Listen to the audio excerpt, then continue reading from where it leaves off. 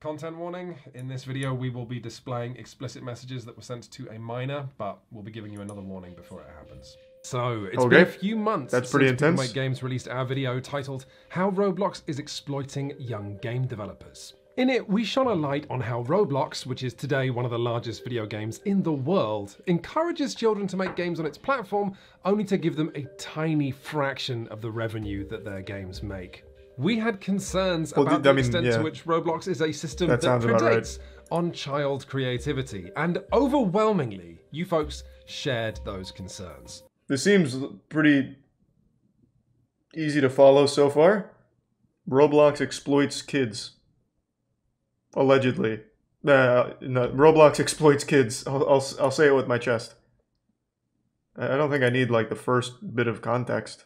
But I'll tell you who else had an interesting reaction to our reporting. Roblox Corporation. You might remember a part in the last video where we talked about a page on Roblox.com that told kids they could make serious cash. After our video was released, this was silently removed from the platform. But this was just an appetizer. Ruin the dreams. What was to come. So with this in mind, we reached out to Roblox again. You see, when we were researching the first video, we emailed them asking for an interview or comment, and they did not respond. But with 500,000 views, yeah, they're like a billion-dollar company. We reached out to Roblox to say that we were working on a follow-up, and this time, Roblox's new Senior Director of Corporate Communications and Public Affairs offered to speak to us on the phone to see if we could arrange an interview. Oh yeah, let's go. We did not succeed at arranging a straight interview. However, during that call, Roblox told us that our first video contained a number of errors, going as far as to suggest that we take our video off YouTube. Now, we asked Roblox again and again what these errors were, and we never once got a straight answer. The closest we got was Roblox sending us to a link to a blog post from somebody with the online handle Eco-Scratcher, asking us, do you plan on editing or removing the video based on some of the things the author raises? Well, it's just a bunch of fucking Twitter links. What is he linking? People sucking Roblox's cock or something? How is that helpful? Didn't he ask them what the errors were? And his response is here, check these Twitter posts from real Evan Pickle.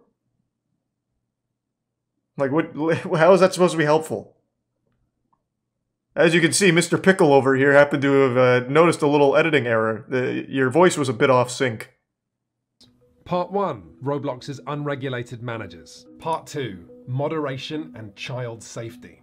Part 3, did you know there's an entire stock market baked into this game's official store in which children are encouraged to gamble real money? Yeah, let's go! Reported on this yet? Come to think of it, because it's great. We miss it in the first video. That's how you make a lot of money. You get kids gambling. Roblox's black markets. So back in the day, Roblox's central proposition was straightforward. Individual kids could play around with tools and make games for other kids and maybe make money.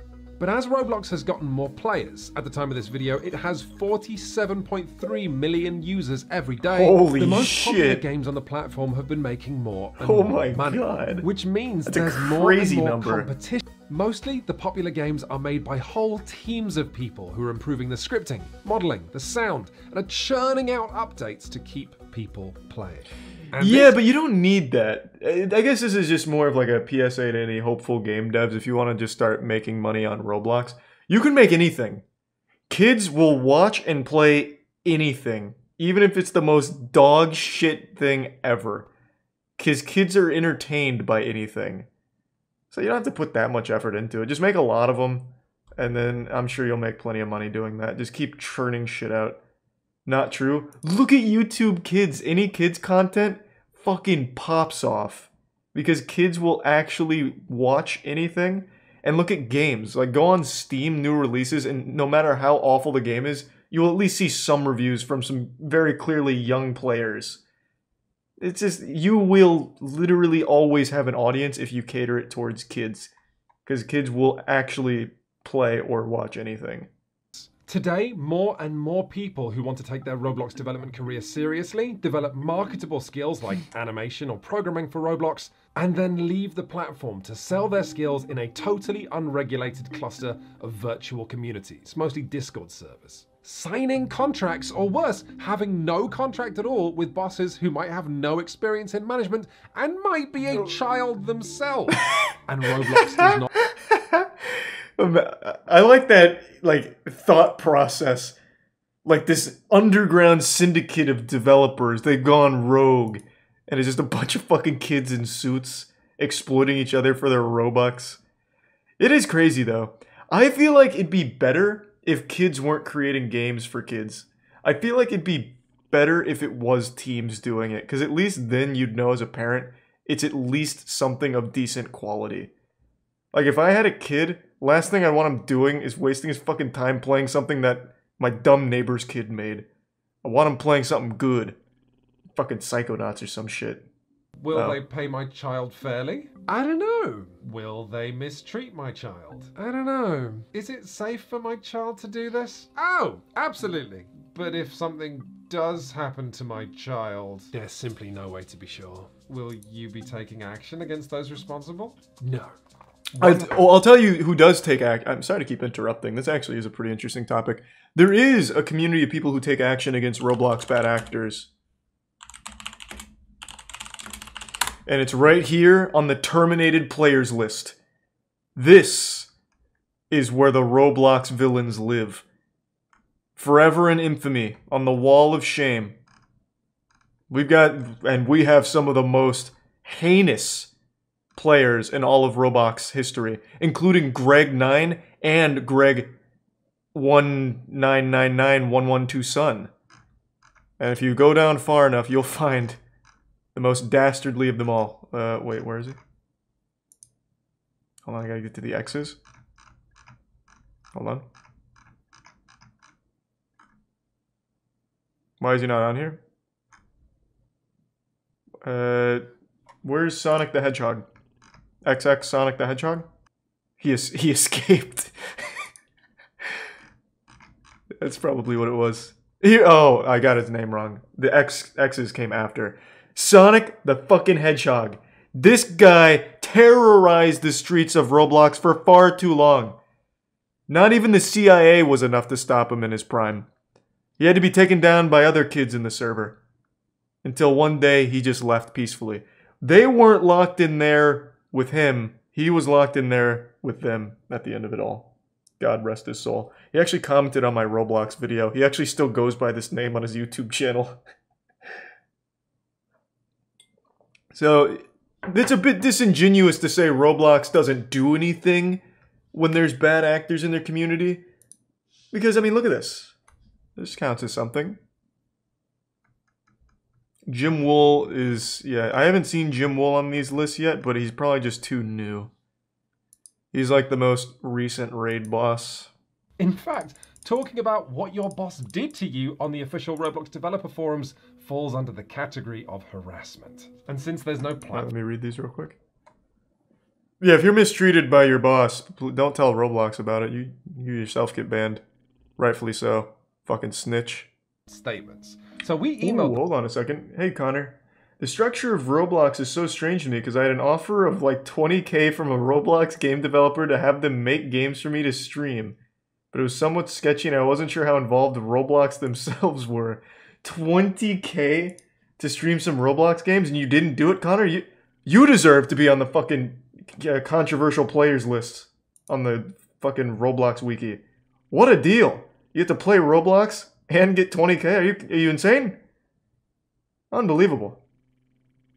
But yeah, obviously Roblox themselves isn't involved. It's just some like weird, crusty dudes that develop pretty mediocre experiences. But god damn it, that's what makes Roblox Roblox. Why do people keep saying check Roblox stock?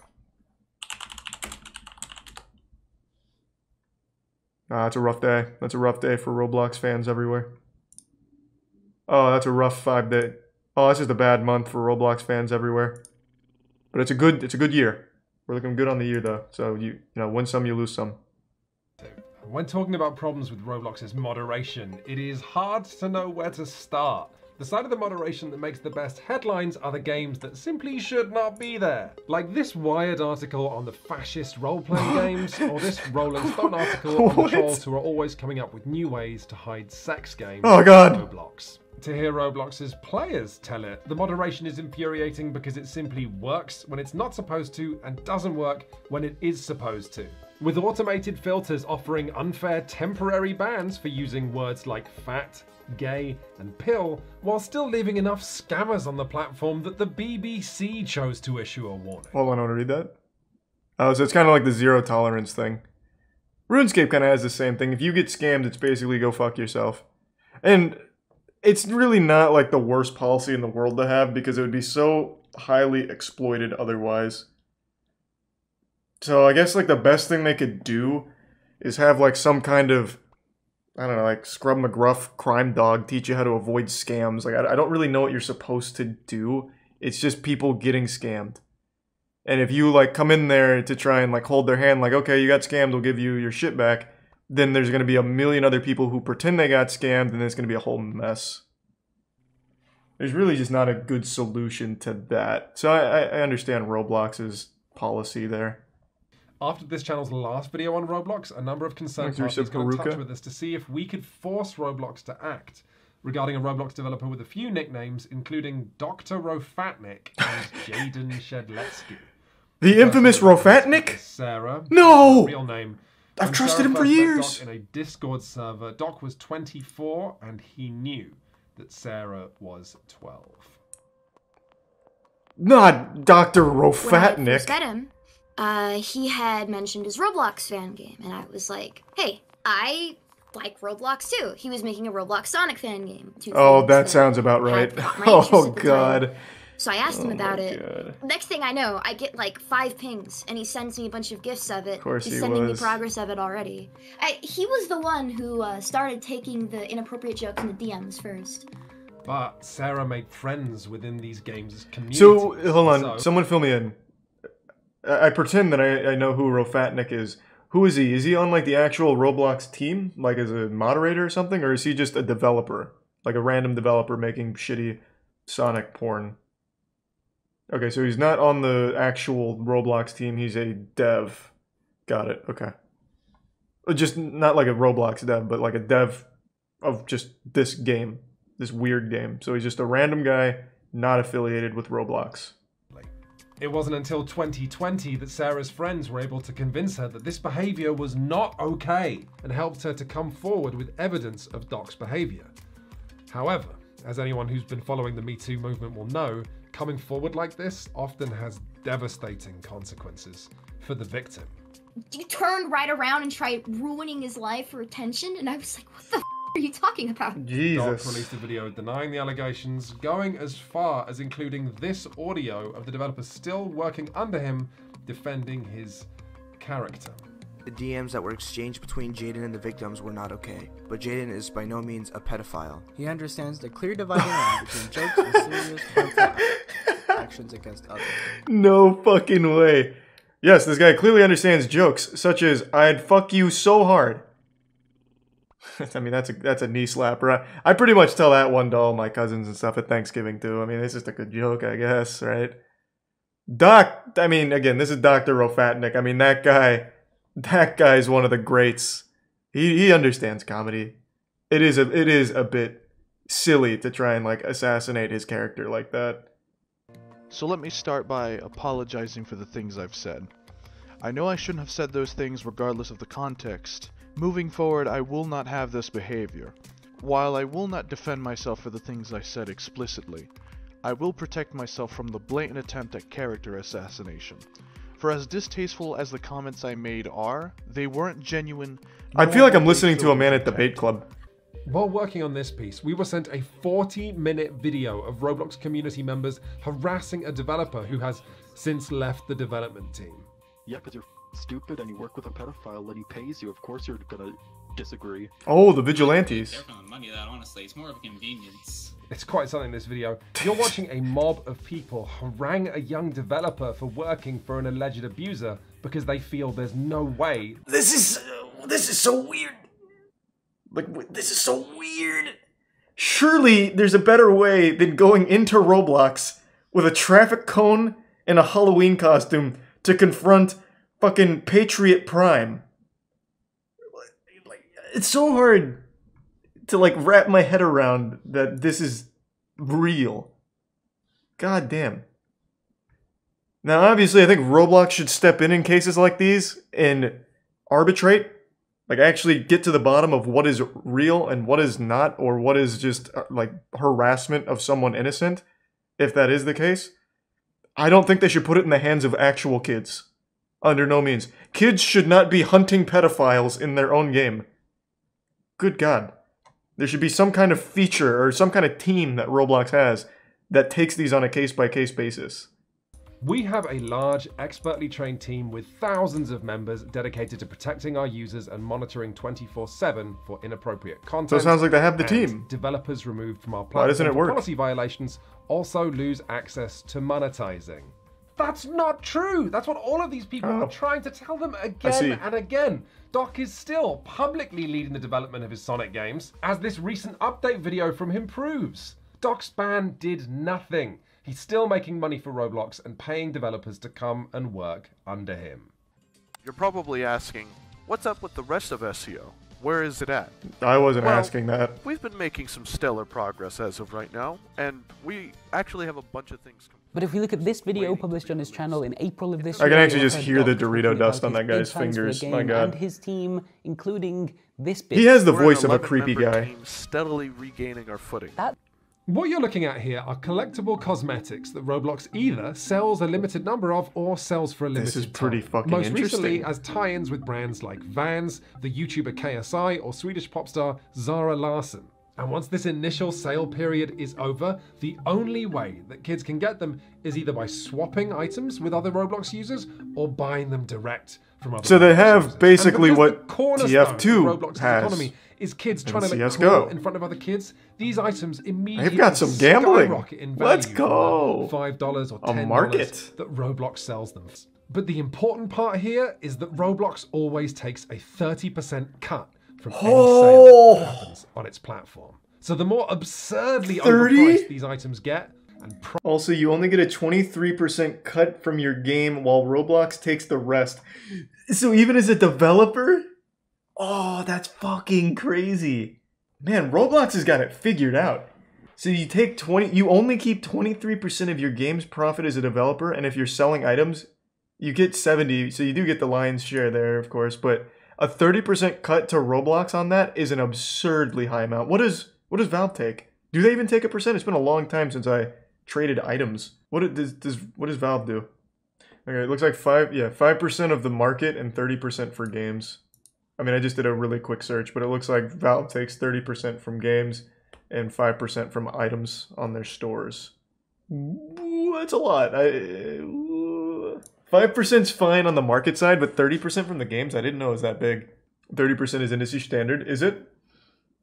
I guess, I mean, the benefit of being on Steam is it's the biggest platform for PC. So I guess they like earn that percentage.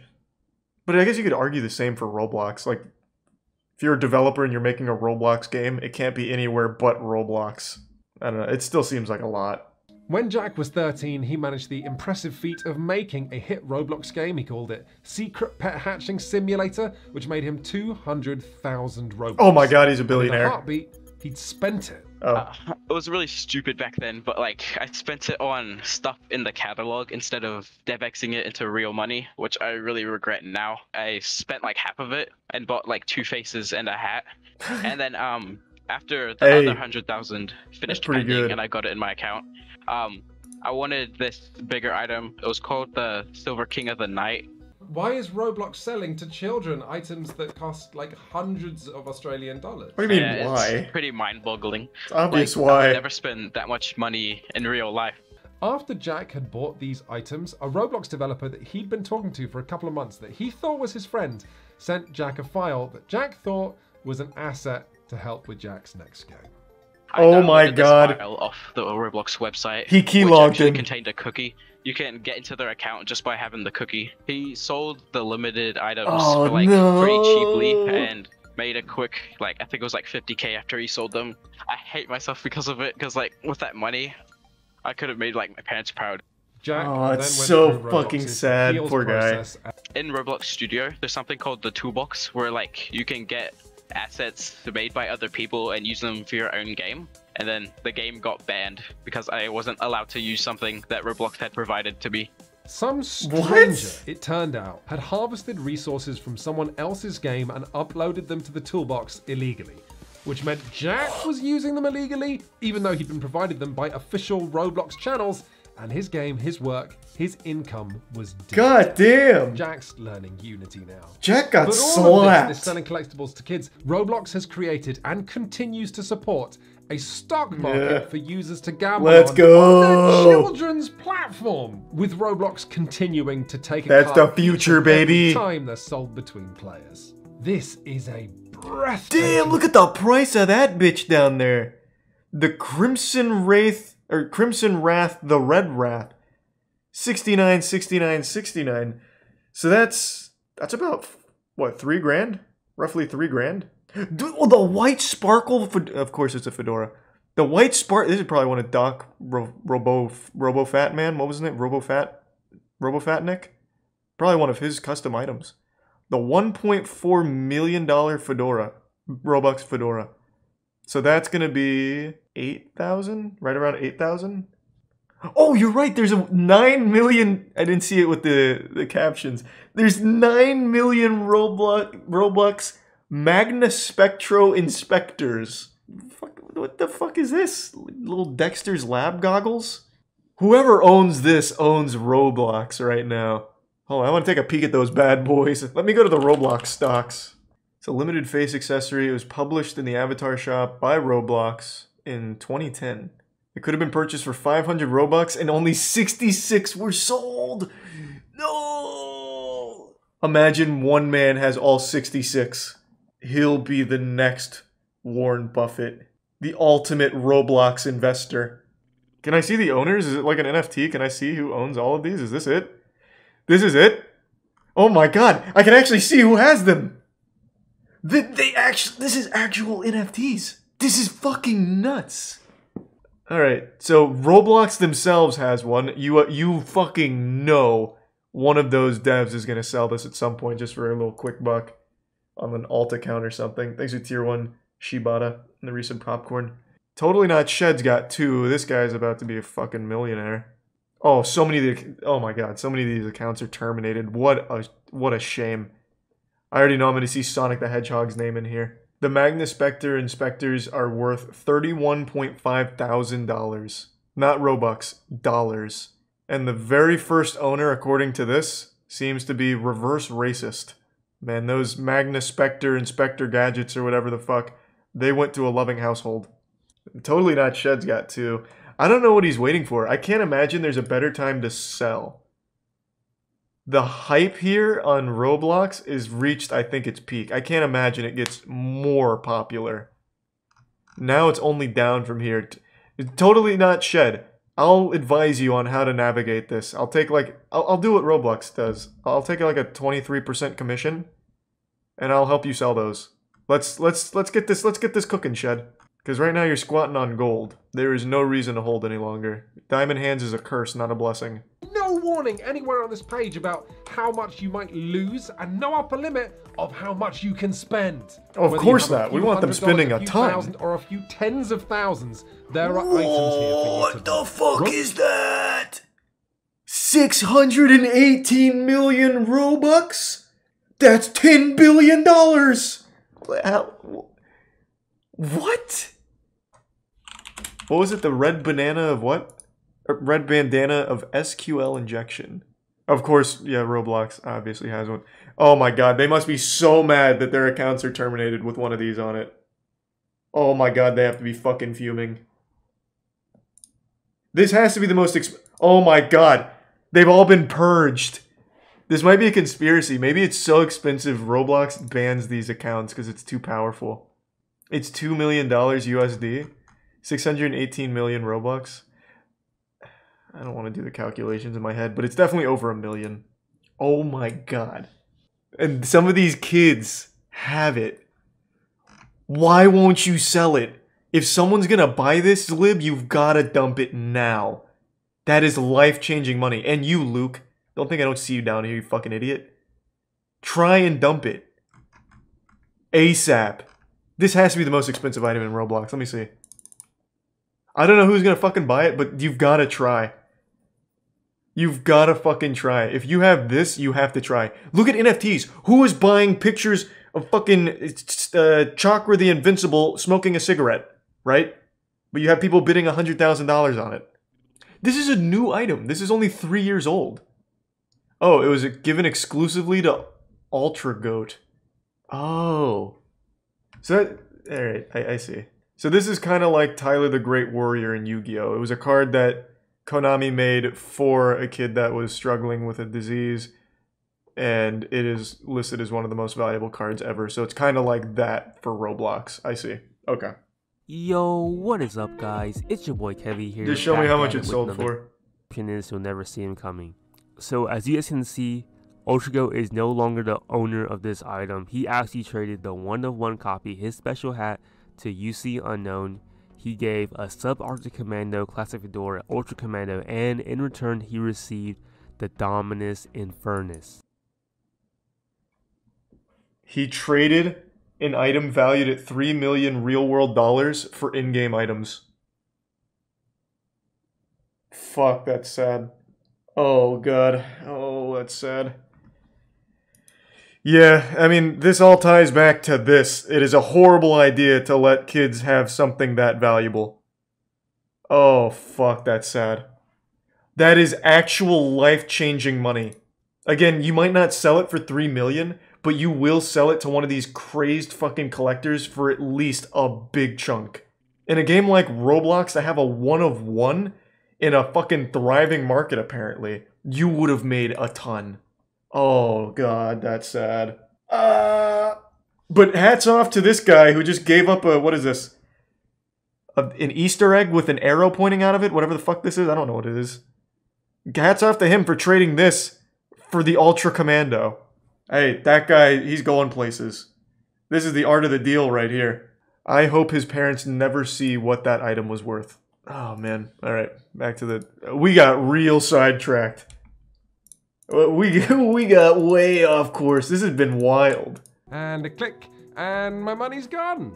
There is a reason that societies do not allow children to gamble. I see it now. To have a firm understanding of now I get it. Of risk, of addiction. Most adults I know don't have a firm understanding of all three because gambling and investing are both seen as adult activities. Are you telling me that there's a Roblox slot streamers? Kids want to act like adults. Oh my Roblox should be warning. This is amazing. Collectibles. He's recent JRM in London. As anyone who has tried pirating anything ever will know, illegal websites are not safe places for kids to end up. There's malware, credit card phishing, scams, hidden fees. These websites will make kids watch videos or fill out forms, to say nothing of the fact that kids have to get legally creative when it comes to how to put their money. Imagine the IRS just throws all these kids in the slammer. That these websites exist.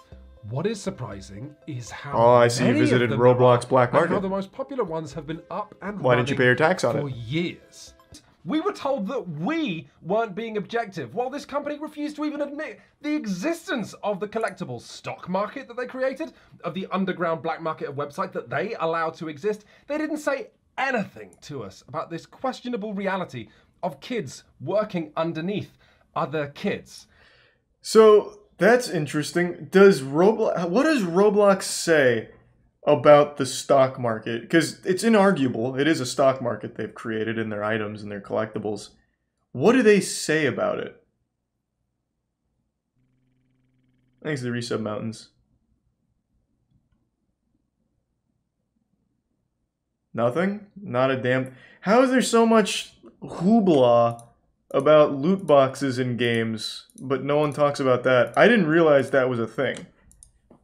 I feel like that would be a much bigger topic of discussion, especially since most kids use their parents' credit card to buy those items. I feel like most of them are aware of it. Why isn't it like an issue? I didn't realize it was this thing. That's exactly why. Well, it's because I don't play Roblox. If I was a parent and my money was being siphoned into fucking hats on the Roblox store, I'd notice it. These kids don't have their own money to spend, obviously. Well, I guess maybe they do, since they're working for developers on Roblox. So I guess maybe that's possible. I don't really know. I just feel like Roblox being the most profitable game, one of the most profitable games in the world right now, most people would have immediately put that stock market in their crosshairs but I haven't heard shit. I had no clue. It's user curated, so technically people don't freak out because it's not Roblox directly. But Roblox takes, what was it, 30%? 30% of a sale? So they are directly involved in it. Like, they make a lot of money off it. This was a really good video. I think they did a great job with the whole thing. So I saw this in the chat. I have a different opinion. I think in-game stock market is good because it teaches kids about the economy. Yeah, but it shouldn't come at the expense of, like, real money. If you want to teach kids about the stock market, give them not real assets. Sure, teaching kids about the stock market is great. But not when it's... like, we just watched a kid who had a one-of-one item valued at $3 million give it away for in-game items. That's not really teaching them anything valuable. That's something that they'd look back on in the future and be like, oh my god. Like, you can teach kids these things without it coming at the expense of actual money and their well-being. God, now I want to own all those fucking Roblox items. I'll be the kingpin. You want your Dominus... fuck was it? The Dominus... impossibly hot hat? What the fuck? What? Oh my god, I don't remember any of these stupid names. Well, you have to go through me. For your parents' money. Hi everyone, it's me Charlie, coming at you like it's a fucking Zoom meeting here. Still haven't been kidnapped. I'm in this basement 'cause I wanna be, and I'm safe, so don't worry about it. I've also been fed. So today I want to talk about a little drama I found myself in, a bit of a controversy, a little bit of a stinky pickle from a couple months ago that I never really talked about, and I think today's the right time to talk about it. It's the day after Christmas, we all got some wonderful treats and goodies. Santa Claus has already went back up to the North Pole to hibernate and dick down Mrs. Claus under the mistletoe, and as we approach the new year, I think it's important that we get there with no skeletons in our closet, you know, just get everything off our chest. By now, I'm sure you all know that I'm fearless. The only thing I fear is fear itself and cockroaches, which means I'm not afraid to admit when I'm wrong. There's more videos on my channel of me admitting to my mistake or mentioning how wrong I was about something than there are videos of me mentioning nipples. I have talked about how wrong I've been on shit constantly. But today's not going to be one of those days, because I'm right about something, goddammit, and I'm sticking to it. A couple months ago, I watched a video on stream, twitch.tv/moistcritical. Please feel free to stop by, put a few extra inches on your penis, I stream daily. I was watching a video for the hamster Squid Game. This is when Squid Game was at its peak, and everyone was doing its best to suckle from that milky bosom and try and capitalize off the trend. So there was a channel that made a hamster version of the Squid Game, and I watched it on stream. And I called it out for being potentially harmful to the hamsters for a variety of reasons, all of which I'll show you from the stream highlight itself. But basically, they were having these hamsters at very high altitudes relative to the hamster's body size, and during things like the glass bridge, they would just fall. And it didn't appear to be any padding underneath them, and when they had their behind-the-scenes footage, it was clearly edited. It wasn't like a continuous shot. Despite them having a wide-angle camera that had the entire arena, they didn't use that and show like the raw video. They showed an edited video from where the hamster fell, and where it landed in this box of padding, which wasn't present in the original video, so it was very clearly a sketchy behind-the-scenes video to try and cover their ass. And on stream, I mentioned that this could be potentially one of those channels that capitalizes off of abusing animals for views. It's a common trend on YouTube, unfortunately, like animal rescues. Oftentimes, they'll just put animals in, like, a very dangerous or really fucked up situation and then go rescue them for views on YouTube. And I mentioned that the hamster Squid Game video could potentially be another animal abuse trend because they did such a poor job of showing how the hamsters fell or where they fell or them being okay or anything like that, and their behind-the-scenes footage was extremely shady. And you would think that wouldn't be like a controversial thing to say, but for some reason there were some people in chat drinking stupid juice and trying to fight me on it, saying like, hamsters could survive a nuclear blast, who cares if they fall 10 feet with no padding, they're fine, Charlie. Stop being such a goddamn snowflake. You could hit a hamster with a sledgehammer and it'll be okay. It was just a bunch of crazy shit, so I'm just going to play the stream clip for you and then defend it once more. But before I do that, I want to give you a little more context on the channel. So I'm going to show you a picture that actually comes from another YouTuber's content. Her name's Mimi. So this is a screenshot from another video on the same channel that does show what's underneath the hamsters in one of the obstacles. And it's not padding, it's the exact opposite, it's spikes. Now the fall here isn't nearly as high as the one they take in the hamster Squid Game video, but even still, this can't be good for the animal. I'm no hamster whisperer or a hamster scientist. The extent of my knowledge on hamsters comes from the G-Force movie, and yeah, they can do some incredible things, but they're not fucking immortal either. Yeah, I don't know what the point of putting spikes under them is. No one's watching these videos hoping to see them get hurt, at least not many people, maybe a few psychopaths perhaps, but there's just no reason to just have them be actually dangerous obstacles. The videos are supposed to be cute and wholesome, but as you can clearly see here, they don't really value safety of the animals. If they did, they wouldn't use fucking spikes. Even though these aren't like actual spikes you would see in a fucking torture chamber or something, they're still clearly pointed. And I don't think they're made out of rubber. They look like sharpened crayons. He just immediately broke that rope. No! Jesus Christ. Player 101 eliminated. Well, where do they drop? Wait, now I'm concerned. Wait, now I'm really concerned. Where the fuck does that go? I thought there was going to be like a little bed under them.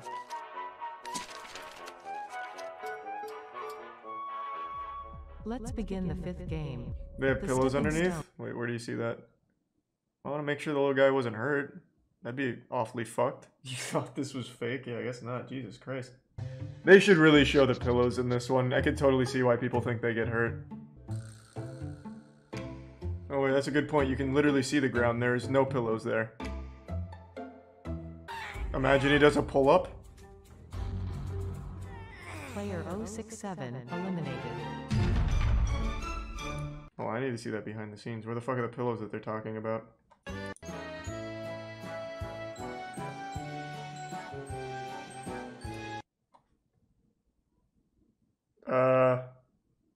Okay, I'm gonna be a little honest here. I've seen a lot of these YouTube channels that are very bad, like they abuse animals. I'm sure you've seen them, like the fake animal rescues. This, I'm getting similar vibes now. Very clearly, this is a completely different shot. Very, very clearly. You can see the entire ground in this full game. What I thought, or what I hoped, I guess, was that the pillows they claimed to use were covered by this blanket or whatever down here. But it doesn't seem to be the case, so when they're trying to prove that they're okay, they just edit it. This is completely different. That is also a completely different hamster.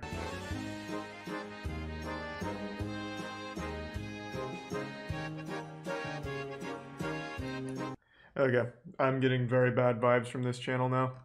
They're definitely removing videos or comments where they talk about that. Is this like the only proof they offer for the behind the scenes? I mean, it would have been really simple to prove it without this garbage editing here. They could have just showed the raw file where they would then pick up the hamster, I would hope. They've also disabled ratings here. Okay, this is absolutely a sketchy channel. I would like to see them just show the raw footage. This is another one of those channels that just abuses animals, huh? I don't really want to watch the other ones for obvious reasons, but yeah, this is terrible. I don't think they're using actual glass here. Like, these just look like little plastic pads, so I don't think there's broken glass on the floor. Very clearly, there's no padding or anything here. This does not look like a small fall for a hamster. Yeah, I'm not like a fucking hamster expert or anything, but they're not very big. I feel like a fall from whatever height this is probably isn't that good for them either way. Man, that's really upsetting. They're like cats. And yeah, and look what happened when Alinity threw a cat and how mad people got. It should be the same here.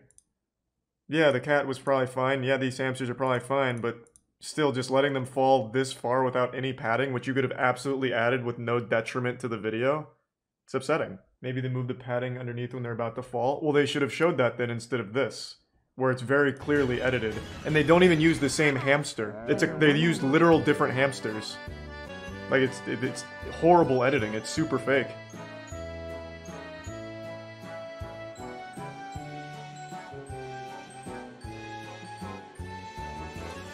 That's deplorable. It would have been very easy for them to show that it was like, hey, here's a padding that we're moving along with the hamsters, if they just showed like the actual behind the scenes instead of this editing. I think you're wrong on this one. How? Here's the proof, and they use a different hamster and they edit this. What are you talking about? How am I wrong? Like, I don't see how I'm wrong kind of situation. Are the hamsters probably okay? Yes. Do they need to fall this far without any padding? No. They could have easily just had little pillows down here, or not even make it that high. It's not like the fun is watching hamsters 50 feet in the fucking air. Like, they could have just had them a little off the ground. It's just supposed to be cute. Like, this is definitely still a long fall for something this small, no matter how you look at it. Press play for the broken glass. Wait, I don't see it. Are you talking about the sound effect? You have no information on the height or the padding of anything and you're jumping to conclusions. I can make a pretty good guess on that it's higher than the hamster's height based on this clip. So not only is the hamster full hanging here, which means there's no ground here, the camera is also still significantly further down. I can make a pretty good guesstimate that it's pretty high for a little hamster. Like, I don't know what the fuck you're talking about. Like, it's very easy to pick these things up. Like, I don't know how dumb you have to be to think that I'm somehow wrong, that they're, like, just barely off the ground. And very clearly, in their proof that there's padding down there, there's not. Because here's that same clip. They use a different hamster, and they don't do a continuous shot. It cuts to just a box of fuzz, and a different hamster falling on it. I don't know how you defend this. I really don't. You have to be really fucking dumb. Like, genuinely. Or just huffing some fat copium. Or maybe you own the channel. I don't know, man. This is very sketchy. I don't think the hamsters got hurt, but they really wanted to cover their ass. Maybe they didn't have a shot for both the glass and the padding. How? They have this shot right here. You can see, like, the whole arena. They could have just played the full clip from this camera. They have so many cameras here. And even still, even if they didn't have one of both, they could have played out the whole clip from once the hamster fell.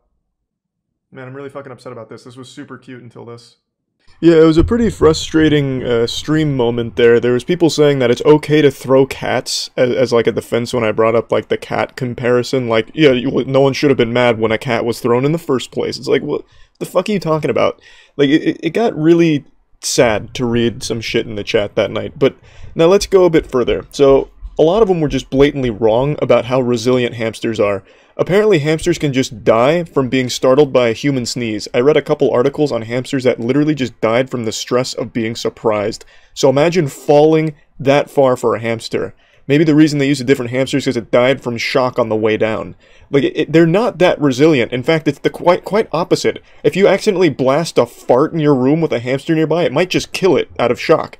You know, they're not these fucking balls of immortality that can survive anything from like a gunshot to a rocket launcher direct hit. Now, for the next point that the hamster experts were making in chat, that hamsters can survive a fall from any height, even like out of a fucking airplane without a parachute apparently. That's also blatantly wrong. While it is rare for hamsters to die from a high fall, it's extremely common for them to injure the fuck out of themselves from a fall of even moderate height. I was reading somewhere like in the ballpark of like 10 to 15 inches sometimes is enough to completely paralyze them or break their backs and legs like badly. So again, don't know how long of a fall this was in the hamster squid game, but it's definitely at least double their height judging by how long they were hanging and how far they still fell before getting off camera. So it's still a pretty sizable fall and enough for them to easily break bones. Now, I don't think there's even really a need to debunk a lot of this shit. I feel like a lot of it should just be common sense that they should have just had padding and showed that there was padding there the whole time. If you were going to defend yourself from claims of animal abuse, the number one thing you should do is show that there was no animal abuse by just showing the clip unedited, right? You take the raw footage, you have a wide-angle camera that you have used throughout the entire video, which means you have a ton of footage there. You can just show when the hamster fell into the padding that you apparently had, and then when you picked up the hamster and got it out of the arena, or anything, just showing the hamster was okay ultimately, but not once did they show the hamsters were okay. Instead, what they did is they showed a highly cut clip of a hamster falling and then a hamster landing in a box of stuffing. Two completely different shots, edited together sloppily in Windows Movie Maker. It's garbage, and this is why it's extremely sketchy, and I still stand by it, that this is a very shady, very not good video. So yeah, I just wanted to go into the new year getting all of this out there, letting you all know that I still stand by this. I don't know why people were so adamant in the comments that everything was okay. There'd be no reason to fake behind-the-scenes footage if everything was truly normal and all the animals were fine. So yeah, just wanted to talk about this and finally address it. That's about it. See ya. They say the human mind is like a sponge, constantly absorbing new information. Well, I'm about to blow a load of knowledge right into your fucking brain right now. If you're unaware, and you shouldn't be, there's trouble brewing on the game Rust. There's a whole load of drama going on there. It's absolute chaos and pandemonium. Bodies on the street, tears on the keyboard. It is absolutely hectic. And I'm going to go ahead and bring you all up to speed on the lore, why an older game like Rust has all of a sudden exploded. Just take you by the hand and walk you through everything going on right now, because it's drama I want to talk about, because I've been hard addicted to Rust over the last week or so. It's been hitting me harder than heroin. Like, this shit is pretty wild. I absolutely have been loving Rust. And it's pretty sad to see a lot of the drama that's been going on, so I figured I'd at least talk about it since it's been kind of a big debate. So let's start at the beginning. Rust is an older survival game where anything's possible. You're limited only by your imagination and a million other things. But for the most part, you can do a lot of really cool shit in Rust. Rust initially released as early access 7 years ago and then fully released 2 years ago, and there's been a big community around the game, especially on YouTube, a lot of Rust content creators, and it's not like it was an obscure game. Most people had heard of Rust before, but it recently blew up in popularity, going from like 1,000 or 2,000 viewers a day on Twitch to over 1 million a day on Twitch. And it's all thanks to Abe and Offline TV. Abe being the mastermind, the puppet master, aka the blood god. Abe and Offline TV set up a private server where they invited a bunch of their friends, a bunch of streamers to play on, hang out, roleplay, PvP, and just make fun content in the Rust universe. And it was fucking amazing stuff. I was lucky enough to be invited to the server. I got to join Team Rocket and share in that kind of shit. We were like Scooby-Doo villains there, creating great story arcs and great moments, raiding the police station set up by other players. Just really fun shit. But even just the creation of the server wasn't without drama. For some reason, there's like this community of Rust cultists, these Puritans that think there's only one way of playing Rust, which is on public servers, which are notorious for being racist, toxic, and absolutely brutal and no fun to play on. And people just saying like, oh, look at these fucking pussies not even playing real Rust. I still remember the first time I was crying over my keyboard playing Rust. These guys haven't even started the journey into being a real Rust player. And as I've said before, I think there's nothing more sad than these lunch table outcasts that think that their obscure game is only theirs to enjoy and you can only enjoy it in the way that they like to play it. I think that shit is really fucking sad. So you had a whole ton of people melting down about this server even being started in the first place. Like, why are these fake Rust players, you know, trying to play the game this way and hijack our game? They're misleading their viewers into thinking this is what Rust is like. Oh, it's so disgusting. For the first couple days I was on this server, there was a few people in chat just fucking melting down about me not playing Rust the right way because I was using push to talk to like joke around with friends and roleplay and shit. And not like lame roleplay. I roleplay as a waste management service worker, the king of trash, the trash god. So, like actual cool roleplay. And people were still melting down like, oh, you're supposed to use voice chat for insults and racist slurs. What the fuck are you doing? This is not how Rust is supposed to be played. This is painful to watch. What the fuck is this? Like, it's so pathetic. Even just making the server was controversial. I don't understand this mentality. Now, granted, it's not like the actual Rust pros, like the Rust content creators that shared this mentality. A lot of the Rust content creators are in the server and having a lot of fun. It was just like pretty much exclusive to Rust professional spectators or people that have like 200 hours in the game, all spent hitting a tree in a public server and dying repeatedly as a naked person on a beach, that think everyone has to have that same experience with Rust. It's just sad shit. They're like Pain from Naruto. They've experienced so much pain that they just want to distribute it to everyone else in their fucking game. Sad. Really garbage shit. But the actual drama started pretty recently, so as the server began to expand and really blow up on Twitch, invites became more frequent and more people were being added to the server. As the floodgates were opening and the legs were spreading wider and wider until the vagina was fully agape, inviting every player that even had an interest in Rust into it, a lot of problems began to arise. Now, that's not to say that the server was without drama before a lot of people came in, because even in the first couple of days there was trivial drama and shouting matches in-game where, you know, some people were joking, some people weren't. XQC would get mad, or at least he'd seem mad, and people would get upset at that, and, you know, there was definitely some drama, but it didn't really start to blow up until a lot more people came in. And that brings us to today, where Charlie sits semi-chubbed in his chair talking to you about Rust drama. In response to so many people going to the PvP server and so much going on, Abe created a second server more focused on RP, but still mainly PvP. It's 70% PvP, 30% RP. On that server, that's where I have my waste management empire, where I run around collecting trash with a garbage truck. And on the other server is where I live my double life as a Team Rocket assassin. So there's a purpose for both servers, but the second one is much more exclusive and more focused on just making some enjoyable, goofy content. And the first one's that more cutthroat, coming for scalps, blood, sweat, tears, cum, titties, flying all over the place, gore, and hurt feelings everywhere. And in that server is where the drama begins, the genesis of all Rust drama. With a lot of big egos clashing in this Thunderdome, there was bound to be a catastrophic explosion of drama. So what really set it off is a couple of Rust veterans camping in bushes and killing people on site, just mindlessly murdering people in the streets without any attempt to communicate or make fun content out of it. They would just sit in the bush and kill people, hoping to make them mad, which would then be used for their YouTube video views. At least that's the narrative that's been going on. I wasn't in the server during that time. I was busy doing the actual important shit, collecting waste and human fecal matter on the other server. So I didn't see that firsthand. I've only seen the clips in some of the VODs. But these two events, it's like the assassination of Franz Ferdinand. These two events led to a whole fucking war on Twitter, on Twitch, on live stream fails about whether or not these Rust veterans, did anything wrong. Because to the Rust professional viewers, that's just how they've always experienced the game. So to them, there was absolutely nothing wrong with just sitting in a bush for fucking 30 minutes, waiting for someone to ride by on a horse and just shooting them on sight and then looting them. That's normal to them. But to a new player that had no chance of fighting back and who doesn't even have that experience in the game, that's just fucking not fun. Like, that's just absolute dog shit. There's no fun to be had there. So it's been a huge debate, like, why are they getting punished? Why are people mad? It's just Rust. Learn how to play Rust, you pussies. And there's two sides to this argument, but there's a wrong side and a right side. The wrong side is the one that says they did nothing wrong. Like, when you go into the server, it literally just says, please just don't mindlessly kill people. Like, when XQC and Team Rocket would roll into a place, there was a whole storyline built up for it. There was a reason for it. When they made a kill, there was at least jokes exchanged, and by the end of it, most people were laughing. Of course, there were times that they weren't, but for the most part, when there were kills made, it was part of, like, this storyline. Oh, Team Rocket's rolling in, tumbleweeds rolling across the city as people close their doors and lock their kids and wife in the basement to avoid the wrath of Team Rocket. Like, it was goofy, fun shit. They were a cartoonish villain organization.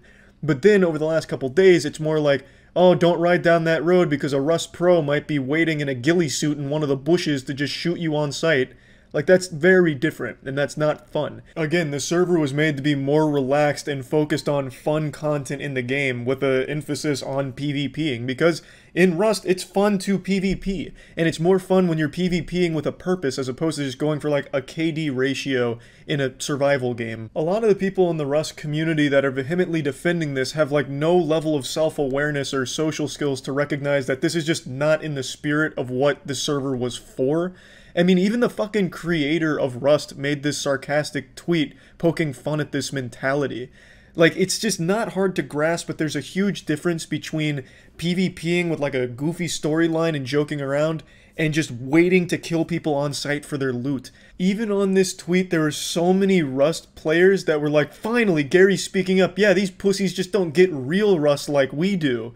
And even in the tweet, like, he couldn't have made it more on-the-nose sarcastic. They couldn't even recognize the most basic level of sarcasm there. It's just this inability to read the room from some people to be like, yeah, that's kind of douchey to just kill for their loot on brand new players or constantly murdering naked people, you know? Like, it doesn't take a whole lot to get that concept. Now, that's not for all of the Rust veterans in the PvP server. There's only a handful. Most of them are just super helpful making their own goofy shit. Like, I know, I think it's Ray. He started a hotel on the server.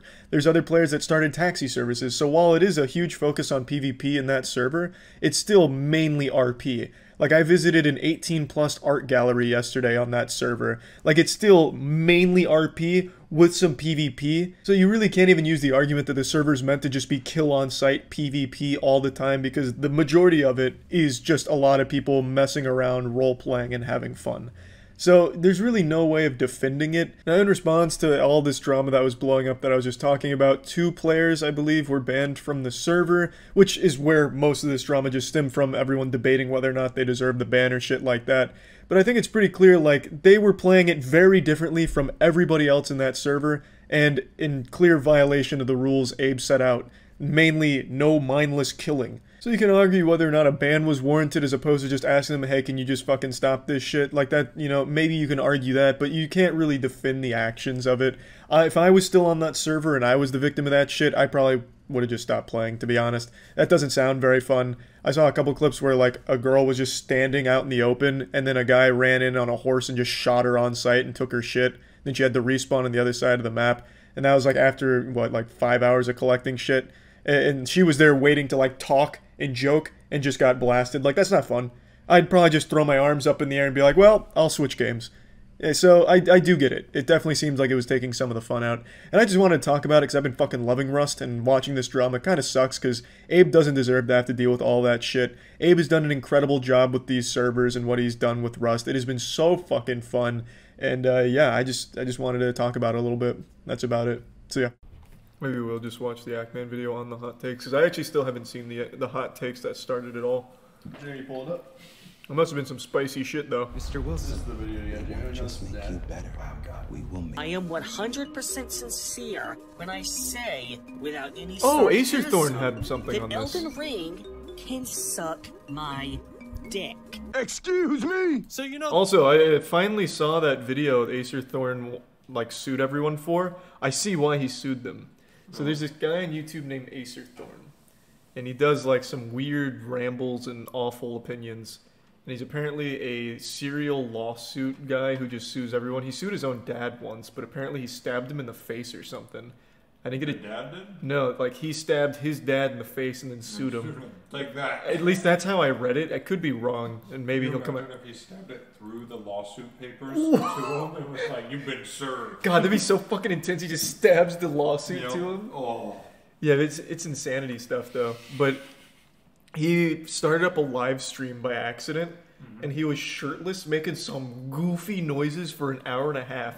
There's a part, and I don't think he can come after me for describing it, but there's a part where he like gets up and he goes off to the side and he's like and shit like that. What? Yeah, it's absolutely absurd. And then he whispers, "I will kill you" once. What? And this was an accidental live stream. It was so fucking goofy. This video is going to be good, but their opinions can't ruin something as pristine and beautiful as Elden Ring. Now, I want to make it clear, it's okay to dislike a video game that I like. It's okay to enjoy something that I do not. Dog model. This goes without saying. What I care about is if your reasons are good. Unlike this next guy who posted one of the worst Elden Ring reviews I've ever seen.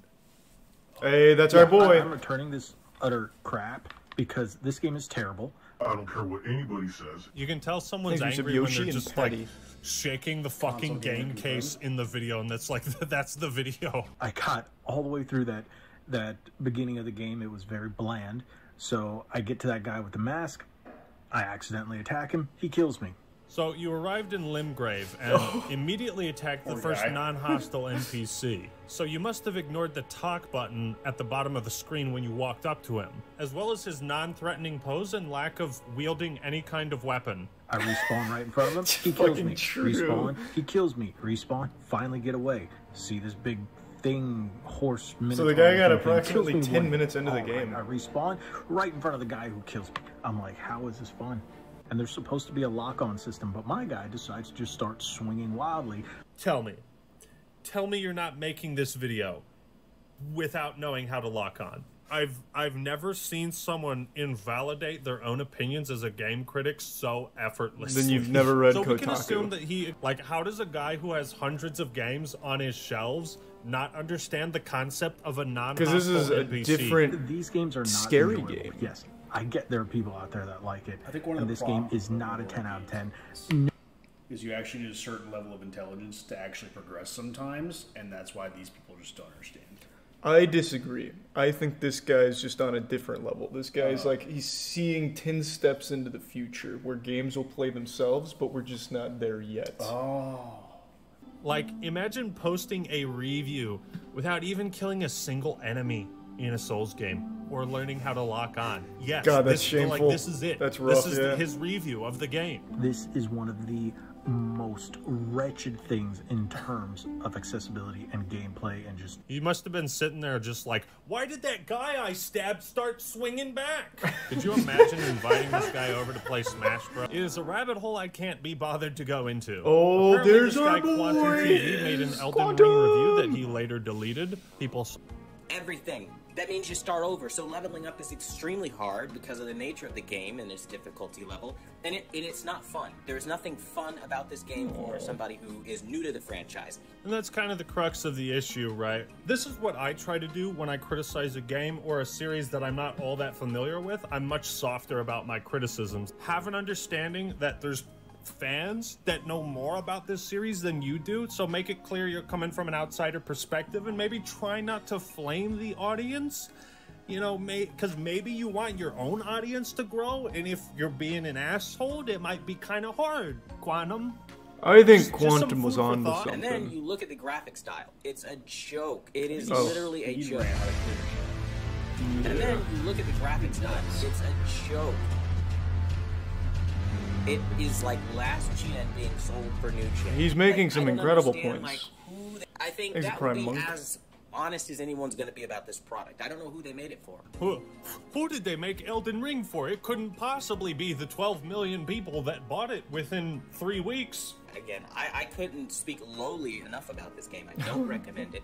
And I think if you're I've never heard that before. I couldn't speak lowly enough about this. If I can find something good to say about Call of Duty Ghosts and Call of Duty Vanguard, there's hope for everything. A lot of you are not only being childish, but I don't think you're actually seeing this objectively. Ooh, he's too smart for us. His brain is too big for mere plebeians, Philistines. Using that experience, enlighten me. I come home from work, I'm trying to unwind, I'm trying to relax. I'm not trying to sit there stressed out on some fucking game, yelling at the screen, trying to hashtag get good. Because that's like this mentality that all you guys have kind of gotten submitted into. You guys literally sound like abuse victims, right? Like you're in a really shitty relationship and that's just how it is, man. That's a good now he's making a good point. A game that's not for everyone isn't a game that should be made, in my opinion. Like when people like this say every game should be made for everyone, it's like, okay, so why the fuck do we have a rating system then? Because not every game is made for everyone. Because the reality is, if it wasn't so ridiculously hard and you had the thrill of dying a bunch of times, it's really a lackluster game with shitty graphics. Oof. Oh. The graphics are dog shit. Oh. The graphics are dog shit. Shitty graphics. What games does he play? I didn't really look at his channel much. Does he do more than TV reviews? Because I feel like a great feeling when something right? I guarantee you he doesn't play roguelikes. He hates dying. Well, I don't think he plays much of anything. Was he the guy that was excited for Gran Turismo, or is that the other guy? My God, how many TV... Does he buy these TVs to review them? There's no way. No fucking shot, right? So that maybe they've decided that they're going to ride their coattails. Their corporation control. They've lazy. Or they if he got works at Best Buy, shuts off the lights at night, and just reviews the TV right there. He has to, right? There's no way he's buying all of these TVs. Next on the chopping... We're going to be comparing it against it looks like Sony he does. X80J. That for a medium high-end. So, always... That's actually the smartest thing I've heard him do. You can return them? Can you really return them, though, after this? Like, hey, I'm going to buy this TV just to review it at home for a day and then bring it back. I feel like that's not, a good reason to return it, right? I feel like maybe he cycles through different shops, I'm sure, but, at that rate, he's not making enough money from his YouTube channel to warrant that. Well, apparently you can just do that. Today, I'll be giving you guys a no-bullshit review of WWE 2K 2022. So, we're going to just dive right into the obvious. It's a great game. I highly recommend it. That's fucking crazy. The game sucks. The character creator's good. The gameplay is better, though. I will say, WWE fans, they finally made the gameplay a little bit better than 2K21 and 2K20.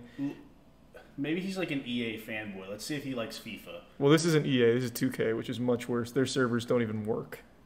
Someone said, oh, here, wait, second row. There's two here. So today, I'll be telling you guys if you should pick up Horizon Forbidden West. Spoiler, you shouldn't. At least not until it goes on sale. That's the short answer. So if you like somebody just being honest with you, smack a like on this video for getting to the damn point. This is a game that he should have loved. This is like a game journalist wet dream. You like just put it on the easiest mode. They literally have like a story only mode, and the story is amazing. Watch him be upset with how easy it was. I bet he's gonna be upset that it's a woman. I bet he's gonna be upset that it's a female protagonist. The score that they used when they first start, showing you Horizon Forbidden West, the musical score was like Sisterhood of the Traveling Pants. It was very corporate America, middle-aged white. What does that mean? Going through a midlife crisis. It feels like she just took something off of her personal playlist, put it in the game, and said, "There you go." What? This upsets me. And then again, you're meandering around most of the time trying to figure out where you're going to go or what you're going to do or what does what, and it's really annoying. Then you get to the graphical glitch. I feel like he makes his reviews based off of the first couple of Reddit posts he sees on Kotaku and Action. And he's like, I'll just maybe say some of these. Literally picks up the worst things and is like, here they are. Here we go. He'll go to like sort by controversial and be like, that's my script. I'll let that ride, I guess. Elden Ring, worst game ever made. Are really annoying. You've got trees that glow red when you start panning. You've got artifacts that pop up over Aloy's head, shimmering leaves. There's plenty of things to not like about the game, but he hasn't given a single one yet. Outside of like maybe Aloy's screen time, black people have the most screen time, and it wasn't like this in the last game. It was a mix of everybody's story and everybody's region and everybody's everything, and this is very clearly the Black Lives Matter push. I know what it is. Sony has been talking about doing this more in their games. You know, they're doing it in upcoming titles, and you're going to keep seeing it. Miles Morales, for Christ's sake, has a Black Lives Matter mission. Oh, you wow. think I'm being too... I have Holy a big problem with being pandered to. And that, for me, is where this whole thing, combined with the graphical issues... Oh, dude's in deep. He's posting cringe on main. Oh, wow. That took a turn. Could you imagine sitting down for Thanksgiving dinner with this man? No, I couldn't. I don't think anyone does sit down with him at Thanksgiving dinner. What did I tell you about watching Coco Melon and their satanic atheist gay agenda, AJ? You turn that finger family off. The Illuminati symbol comes up in there. Yeah, this is rough. I think that's probably plenty of that. Let's go back to his Elden Ring takes. Holy shit. And if you aren't one of those players, then you are a scumbag, you filthy casual. At the end of the day, go kill yourself, man. At the end of the day, go kill yourself, man. At the end of the day, go kill yourself, man. Where your misunderstanding is. But hopefully by explaining this to you, I can maybe kind of smooth out your aggression and your backlash. Again, against you. Yeah, hopefully this video where I tell you to go kill yourself can put us on good terms. Hey, now that I've explained everything and given you my viewpoint, we can be friends now. You have no family, you have no friends, go kill yourself. Alright, hop in my Discord. What kind of corner do you have to get backed into to just say, go kill yourself? Like, this is an Xbox Live 2006. And he switches gears right after it. This is right after the go kill yourself. He's like, all right, but at the end of the day, like, now I think I've smoothed everything over. You don't need to be aggressive anymore. Well, to be fair, isn't this how you and Andrew became friends? Well, Andrew made, like, a parody. It wasn't like Charlie should go fucking kill himself, and I was like, damn. I heard him say that. This guy's epic. He just made, like, a joke video. Yeah, we watched the most recent Ackman video before this one, so we're going like backwards in the timeline. This means that the players of Elden Ring are likened to people who would rather drink blood from a cup than your neighbor next door. What does that mean? What does that mean? You're weird for liking this game. Maybe your experience with these people has something to do with what you said to them. What he's even trying to say. How many subs do I have again? Over the years, I've had to learn the hard way that you can't just talk over somebody else's content, pausing and playing it, calling it fair use. That is not fair use. You absolutely can if you add constructive feedback to the video itself. No, Caleb, this guy's a lawyer. He passed the bar. What it was originally posted and then as. Started reviewing that TVs. Is absolutely fair use. That should be a medium that is encouraged, not censored, right? I'm just here like disagreed. Quantum TV's above it. All the negative press point doesn't stand. I wonder what his favorite game. Oh, you'll be a footnote in a couple of months. Nobody will even talk about this. Hogwarts. Ever even mention it when we talk about the greats of this generation. That is a fact. When the next generation cycle is said and done. I love that. Don't forget it. I love when a big point's being made. The finger comes out. The finger. Every time. Every time he's trying to make like a very powerful point in his mind, he's like, yes. That's the people's finger. It will not be Game of the Year. It is trash, and you should kill yourself. No. Like, it's like every time he's bringing something out, the finger comes out just like that. I love to see that shit. It's a universal thing. 100%. Like, it's not just him. Genuinely, everyone who speaks the same way this guy does the finger. It's crazy. I love that, though.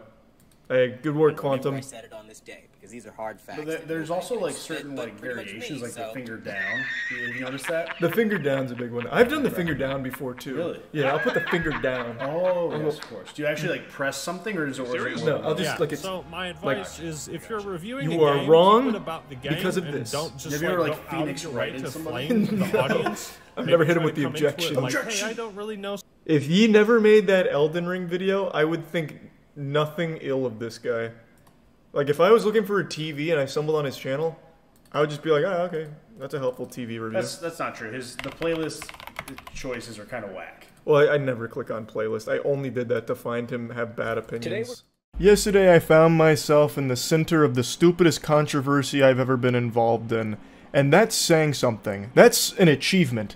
Because 5 years ago, I had beef with the old school RuneScape team because I got banned for botting when I posted a video about how I made the world's worst auto-clicking machine. If you can even call this a machine. I Frankensteined together this absolute abomination with a children's screwdriver, a toy screwdriver, and a bunch of tape. Like, I Jimmy Neutroned the worst thing the world's ever seen to help me click when I went to take a shit while on my thieving grind. The thing is about... I'm getting kind of sidetracked on this. This dude doesn't even work as an auto-clicker because when it came to thieving, I'd still have to come back and manually go up to click the coin pouch.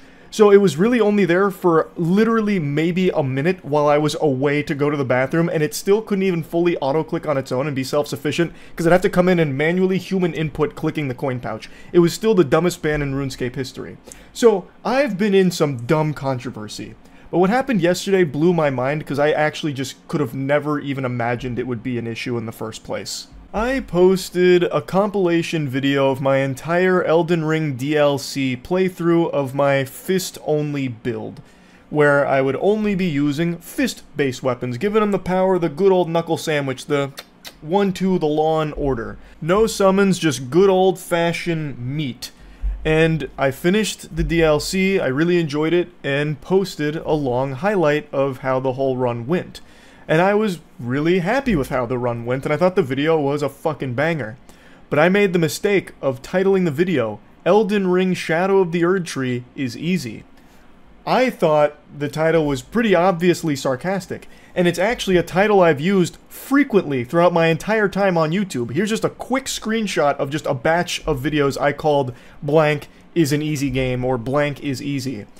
And to those of you that have been eating your carrots with that sharp eyesight, you might notice I actually titled the Elden Ring video down there the same thing. Elden Ring is an easy game. And it wasn't controversial back then, but because the DLC's become a hot button issue over the difficulty of it, people took it as me insulting them by calling it easy. So it became a pretty big talking point on a few Twitter threads as well as a bit on Reddit about how much of an asshole I was for calling the video Elden Ring DLC is easy. Don't worry, I've been successfully bullied into renaming it Elden Ring Shadow of the Erdtree is hard. The re-education here has been successful. I've been programmed to now know that sarcasm will never work in a video title, even in something as insignificant as a video game subject here, about the difficulty of it. Like, if you watch the video, there's multiple times I talk about it being difficult, but still fun. And it took me 66 tries to kill the final boss. It took me 3 hours. It's not exactly like I was trying to hide that fact or anything. It took a while. It wasn't easy. I thought it was pretty obvious, if anyone even bothered to sit down and watch any moments of the video itself. But perhaps that's an unrealistic expectation. People don't need to actually watch the thing they're getting mad about, I guess. I truly never thought this would be controversial, because I've used that title for so many videos in the past without issue. But the big 2024 is presenting new problems out of thin air, I guess, here. I'm gonna be totally honest here, sports fans, I don't get it. I don't know what there is to be fuming about. Let's say I truly did find the DLC to be easy. Who cares? Who gives a fuck? If I find it easy and you find it super hard, why is that still cause for anger? It's not some kind of personal attack against you or anything. It's truly just not a big deal if we disagree on the difficulty of something. Now, in this case, we agree that it's hard. So, like, it's actually just over nothing just because you couldn't be bothered to watch the video and got mad about the silly title. A title, again, that I have used actually probably 30, 40 times without it ever being an issue. Until now. Until the Elden Ring DLC was the one that had this title slapped on it. I still think it's a pretty trivial thing to get mad about, but I'm not here to, like, rant about it for a super long time to try and change your mind on it. I'm not trying to fucking, like, jack into your brain and start moving levers around to make you feel like it, you know, wasn't a big deal. If it made you upset, then I apologize for it. It truly was just a sarcastic title. Like, again, I thought that was pretty clear in the actual content of the video itself. And again, it's a title I've used so many times without issue. I could have never possibly predicted. Fucking Nostradamus. Baba Vanga couldn't have predicted that it would be an issue this time. At least in my eyes, I don't think it would be, because I've used it so many times. For many other hard games, mind you. So yeah, I don't think the Elden Ring DLC is easy. I find it difficult. Let's set the record straight. I really enjoyed the challenge. I had a great time with it. To date, that final boss in the DLC is the hardest in any game I've ever played. It took me 66 tries and a little over 3 hours, but beating that final boss is one of the best feelings I've had in gaming in quite some time, especially because I did it with Old Faithful right here. Gave him the Why I Oughta special. So it felt great to finally triumph over that final boss. I do have a couple of complaints about the final boss. I'm not going to get into spoilers, so don't worry, I'm going to talk broadly here. In Phase 2 of the final boss, there is a legitimate issue that needs to be fixed with the visual clutter. The final boss uses attacks that are actually fucking blinding, like Piccolo casting a solar flare. Every couple of attacks that the final boss has will inevitably spawn very, very bright particle effects that make it impossible to see what's even happening around you or even in front of you. So they end up masking a lot of the boss's moves so you can't even see some of them coming, which I am confident was not on purpose. I don't think that was the design philosophy, to be casting an infinite fucking smoke screen so you can't see the boss. It's just too bright. I really think that's something they'd need to, like, tone down the brightness without necessarily nerfing the moveset, because I actually think the moveset's just fine. The hitboxes are really tight, actually, on the final boss, and I had tons of attempts to experience the hitboxes. I don't have any problems with the hitboxes themselves. It's just so bright and so much clutter that it makes it almost impossible sometimes to see what move is being thrown at you. Coupled with the fact that the boss has really long, puffy hair, it's oftentimes you can't react to something because you can't see it. Between the visual clutter of the particle effects from some of the attacks and the boss's hair itself, sometimes you actually will just get hit by a bullshit blaster that you never saw because the hair was in your fucking face, as well as all these lights that are flashing like you just walked into an EDM rave. It's like that. I don't think that's on purpose. So I think that is something that they need to legitimately address. And I think it's the reason why a lot of people are getting kind of hung up on Phase 2 of that boss, because I feel like if you could see it better, you could learn the patterns a lot better and be more efficient at dodging. But because sometimes you can't see it at all, there's not a whole lot of progress you make with the dodge timings. So I do want to put that out there. Even though I really enjoyed beating the final boss, it was very frustrating and quite a big headache when I would die, like have my cheek spread by something I actually couldn't see under any circumstances because of too much clutter and too much hair. Goofball must have just got their hair done right before the fight, and goodness gracious, the buff that gave to the boss cannot be understated. So yeah, hair, visual clutter, huge complaints about the final boss from me. Other than that, though, I really did enjoy the DLC. There, like I mentioned in the last video, talking about the DLC, there are a few bosses, and more, since I finished the game, that I recognized, have janky hitboxes. By far, the worst is Commander Gaius. Commander Gaius has an unforgivably terrible hitbox on the hog that he rides. Hog Rider is by far the worst boss in this game. Like, I'm not just talking about DLC. I think Commander Gaius is the worst boss in all of Elden Ring. That boss just super sucks.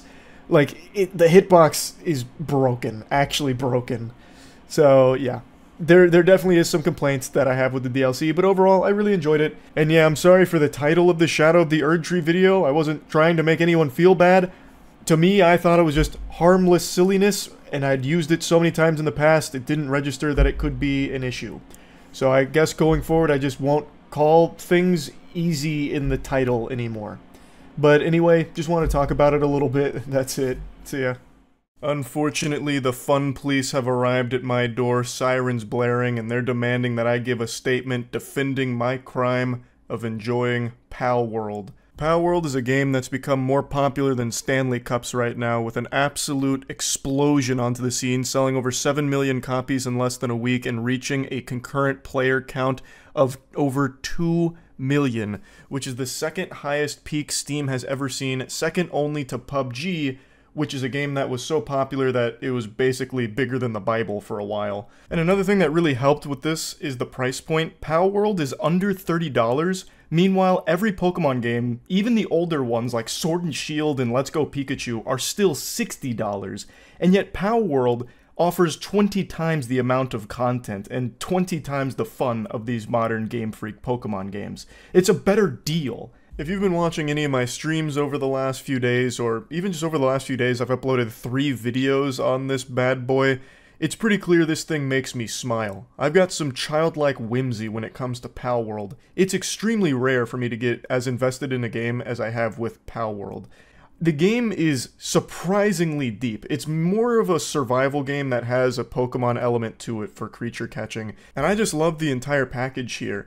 It's in early access, so it's expectedly buggy and glitches out the wazoo with so many flaws and so many problems, but it has so many elements in it that are done well enough and haven't really been blended together successfully in the past that it feels unique and really fun. The thing it gets compared to most besides Pokemon is Ark, and Ark is a game that I found so boring that it would probably cure anyone's insomnia if they were exposed to it for more than 15 minutes.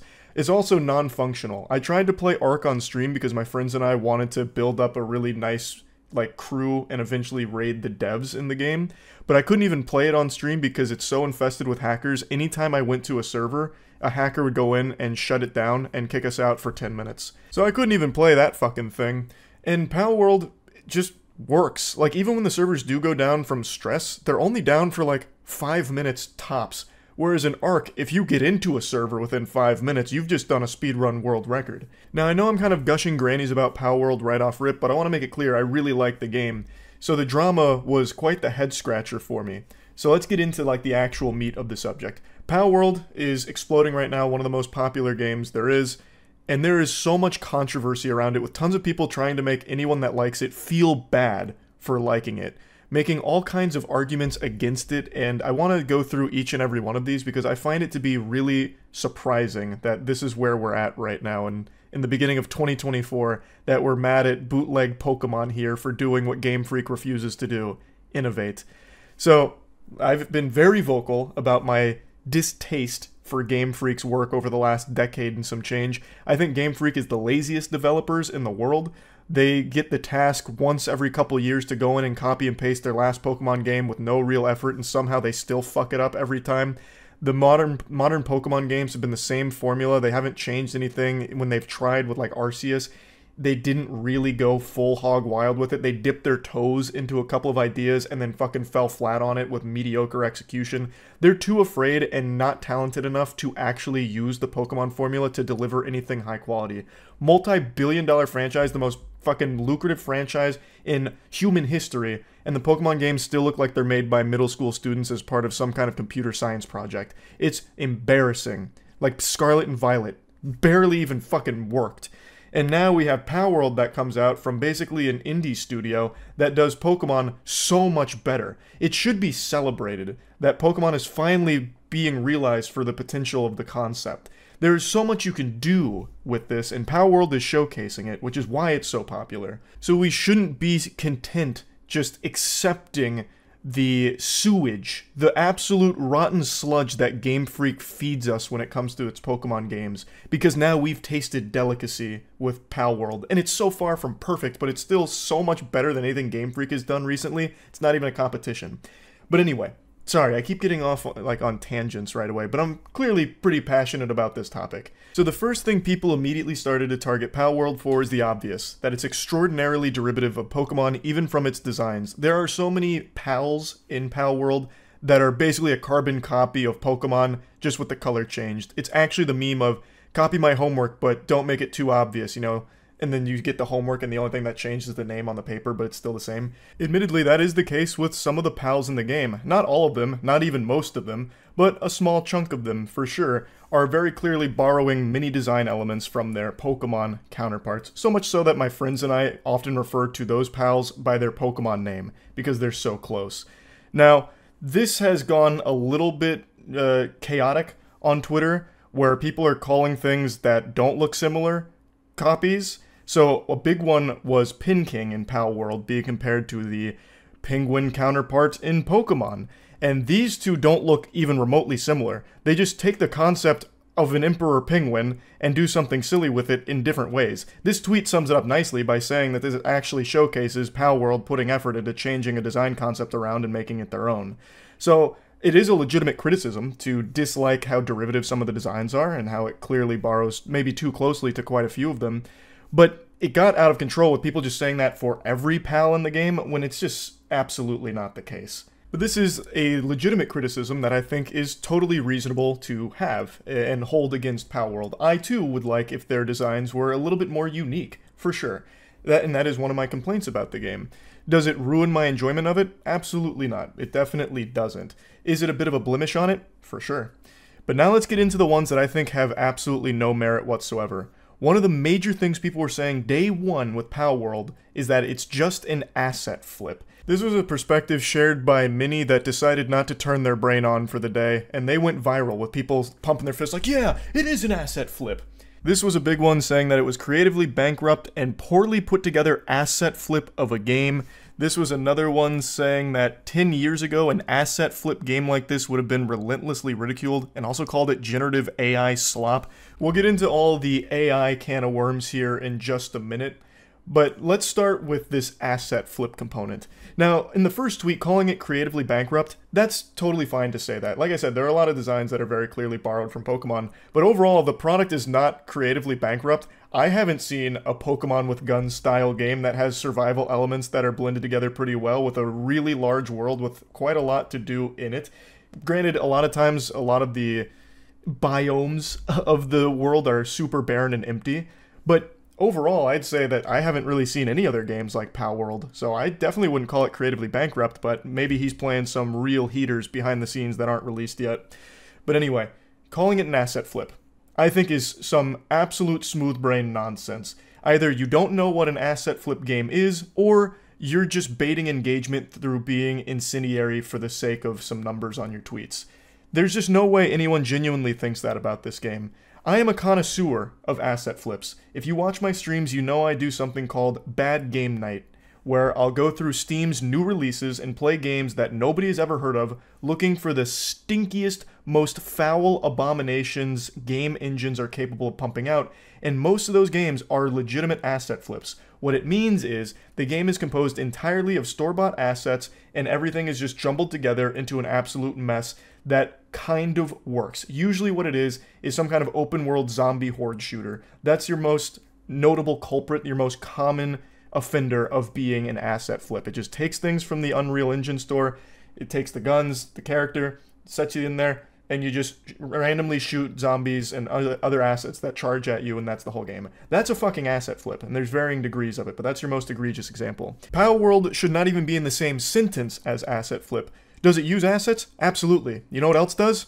Everything else. Every other game in existence uses assets to different degrees.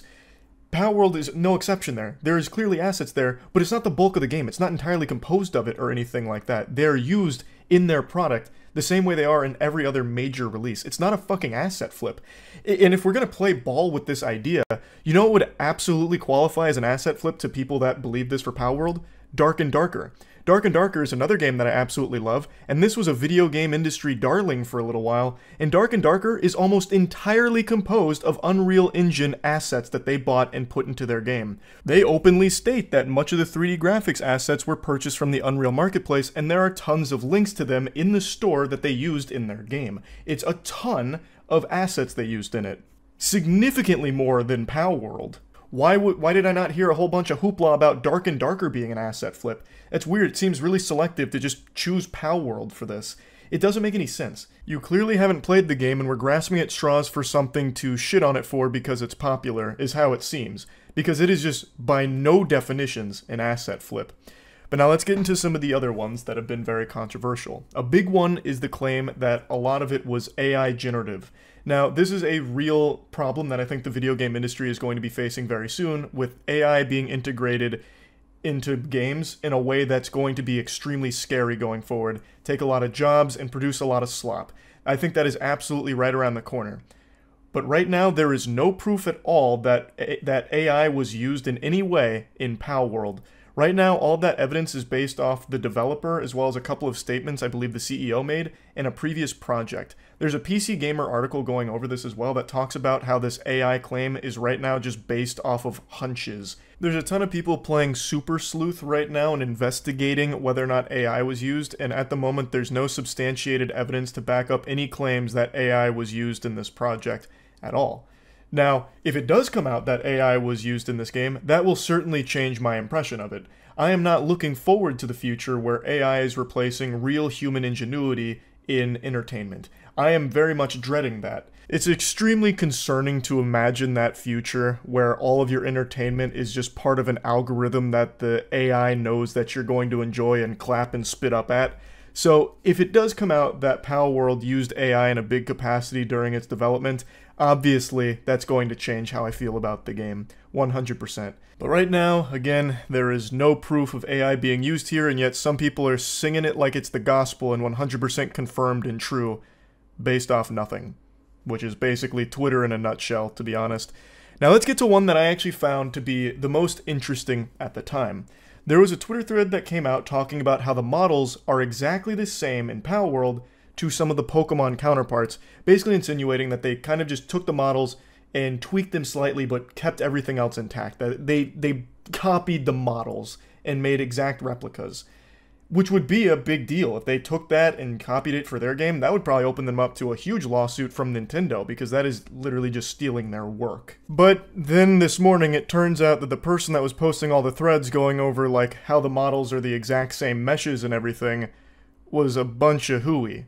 It was a load of dirty barnacles. It turns out they were actually doing like some dubious scaling in order to make them fit, so it wasn't exact meshes or copies or anything like that.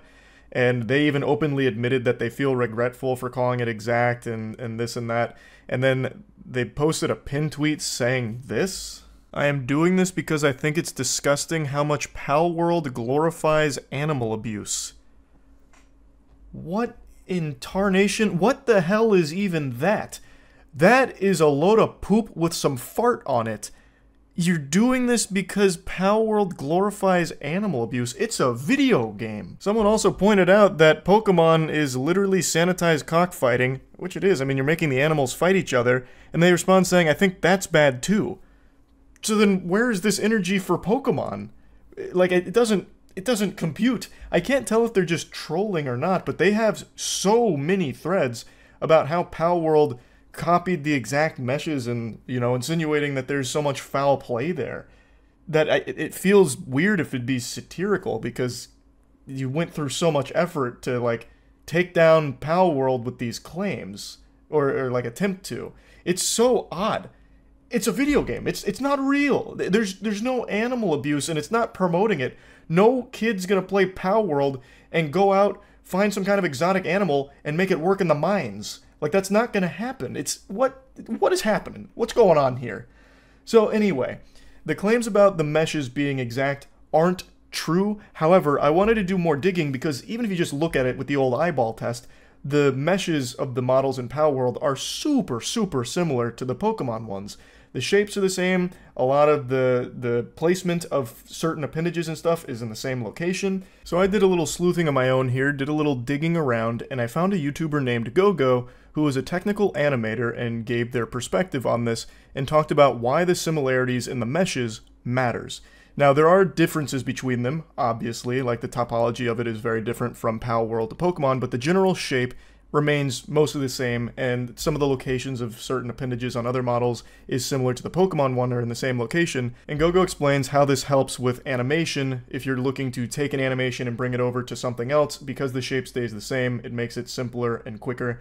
Now, I want to be clear, GoGo's not pointing the finger here, trying to accuse Palworld of doing anything wrong, and in fact even mentions that Nintendo could easily sue, and they'd already have all of the evidence. They probably would have already sued if this was the case, if Palworld developers were just taking their models and porting the animations over or something.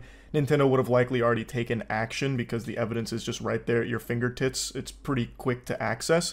So GoGo's just giving their perspective as an industry veteran here, that these shapes do matter, and since they're so similar, it does open the door to speculation on whether or not the Palworld developers copy and pasted things like the animation or something of that effect. It just leads to speculation on whether or not they're being truthful about creating from scratch. Again, GoGo isn't making any accusations against them, just stating that the shapes are important, even if it's not like exact one-to-one meshes. Just having the shapes be in like the exact same order and same placement is still a big deal in the profession, according to GoGo. Of course, I'm not in the industry, so I don't know, but still pretty interesting nonetheless. And another thing GoGo mentions that I want to mention is that a lot of people have brought up the fact that a lot of Pokemon are based on real-world animals, and thus a lot of the pals in Palworld are based on animals. There's only so many ways of conveying a snake, or a lamb, or a stingray. Like, the shapes there are going to be pretty closely resembling each other, I imagine, because at its core, it's still this real-life animal that we know.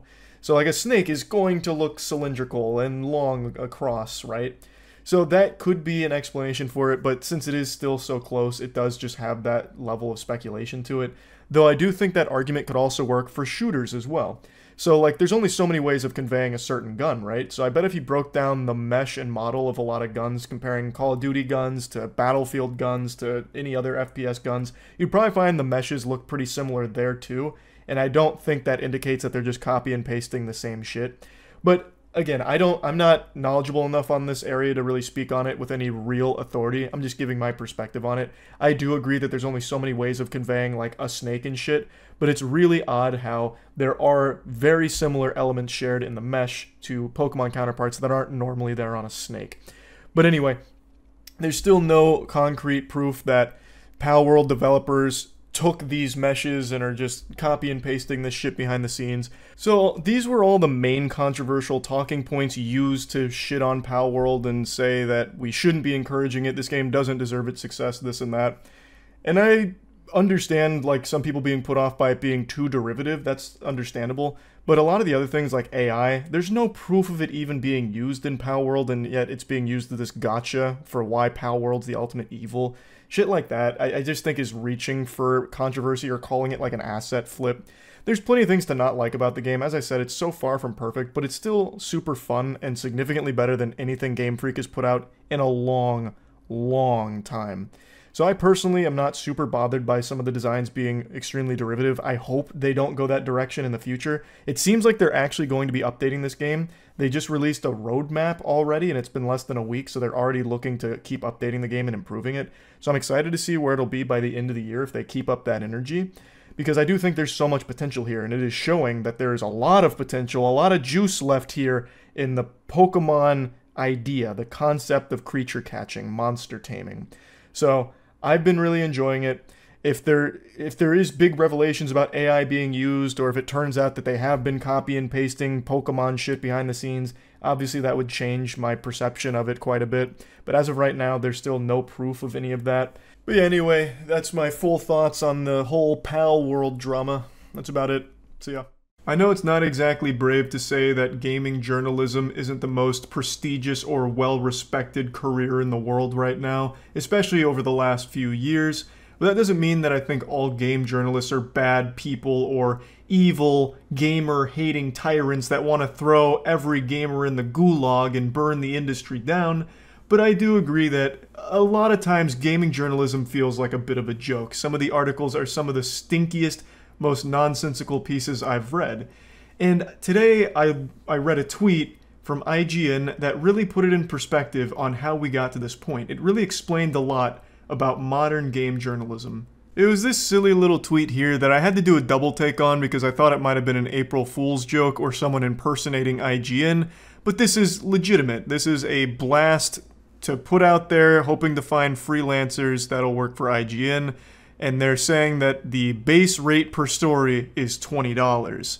Now, I'm going to blank out the person's name that posted this because I don't want anyone to harass them, and I don't think it's their fault. It's not like they chose the $20 base rate number. But I bet right now you're getting that little tingling in your nutsack saying, that doesn't seem right. That's a little weird. $20 for freelance journalism seems a bit low. Fucking middle school student council newspaper pays their kids more for articles in their paper than IGN's paying freelancers here. $20 per story. Now, they did say that it's a sliding scale, so you get paid more based on, like, I guess the size and the research that goes into the story, but a base rate of 20 per story is alarmingly low. I can't believe they actually even posted that information in the initial tweet here. That feels like a detail that'd be on the fine print of a shitty contract that the devil would have you sign. By the way, you're only getting $20 for your work. You know, it honestly reads like something parents would tell their 6-year-old to get them to do chores like, hey, sport, come here. If you take the trash out, empty the dishwasher, clean the dishes, mow the lawn, clean the pool, I'll give you $1. And the kid gets excited like, oh my goodness, a whole $1. Yes, Pop, I'm on it right now. That's just wild to me that they're just proudly plastering that on the tweet. Again, I feel like that'd be something some scummy company would keep to themselves, like after you DM them with your overqualified portfolio, they just say, yeah, I'll give you 20 bucks for this garbage, you suck. Now, they did shed a bit more light on this, saying that the $20 is for basic news aggregation, and they'll go up to $50 for a slightly more involved story, which is like finding us a fun community angle that's not sourced from another outlet or social media, and $300 and up for in-depth multi-source reporting. I feel like after they explained it further, it made it even worse, because now you know exactly what they kind of expect for $20, which is actual butthole. This is pure dog shit here. So it seems like for $20, you can just take a random tweet, post it on IGN, call it an article, and collect 20 bucks for it. Oh, here's a tweet with 4 likes from Twitter user X-Atheist Shadow Lord, where he said Horizon Zero Dawn should have been Game of the Year.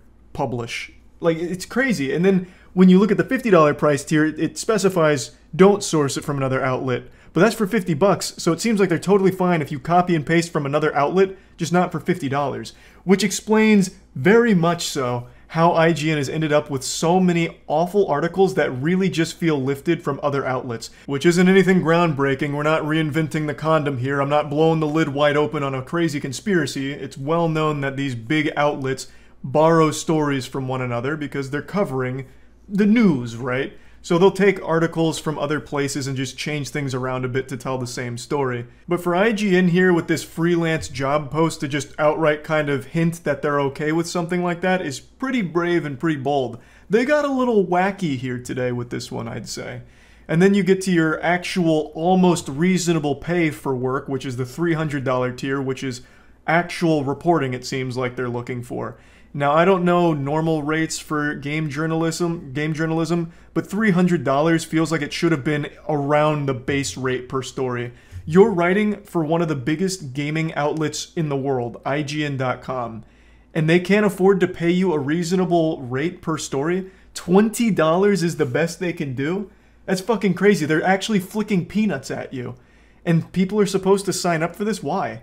Now, if you could just farm this, milk it like an infinite money cheat code in a video game, like I'll just keep taking tweets from Twitter, posting them on IGN for a $20 paycheck, then yeah, maybe. Because it does sound like IGN just wants quantity over quality for their articles here. But other than that, what are you hoping to attract here?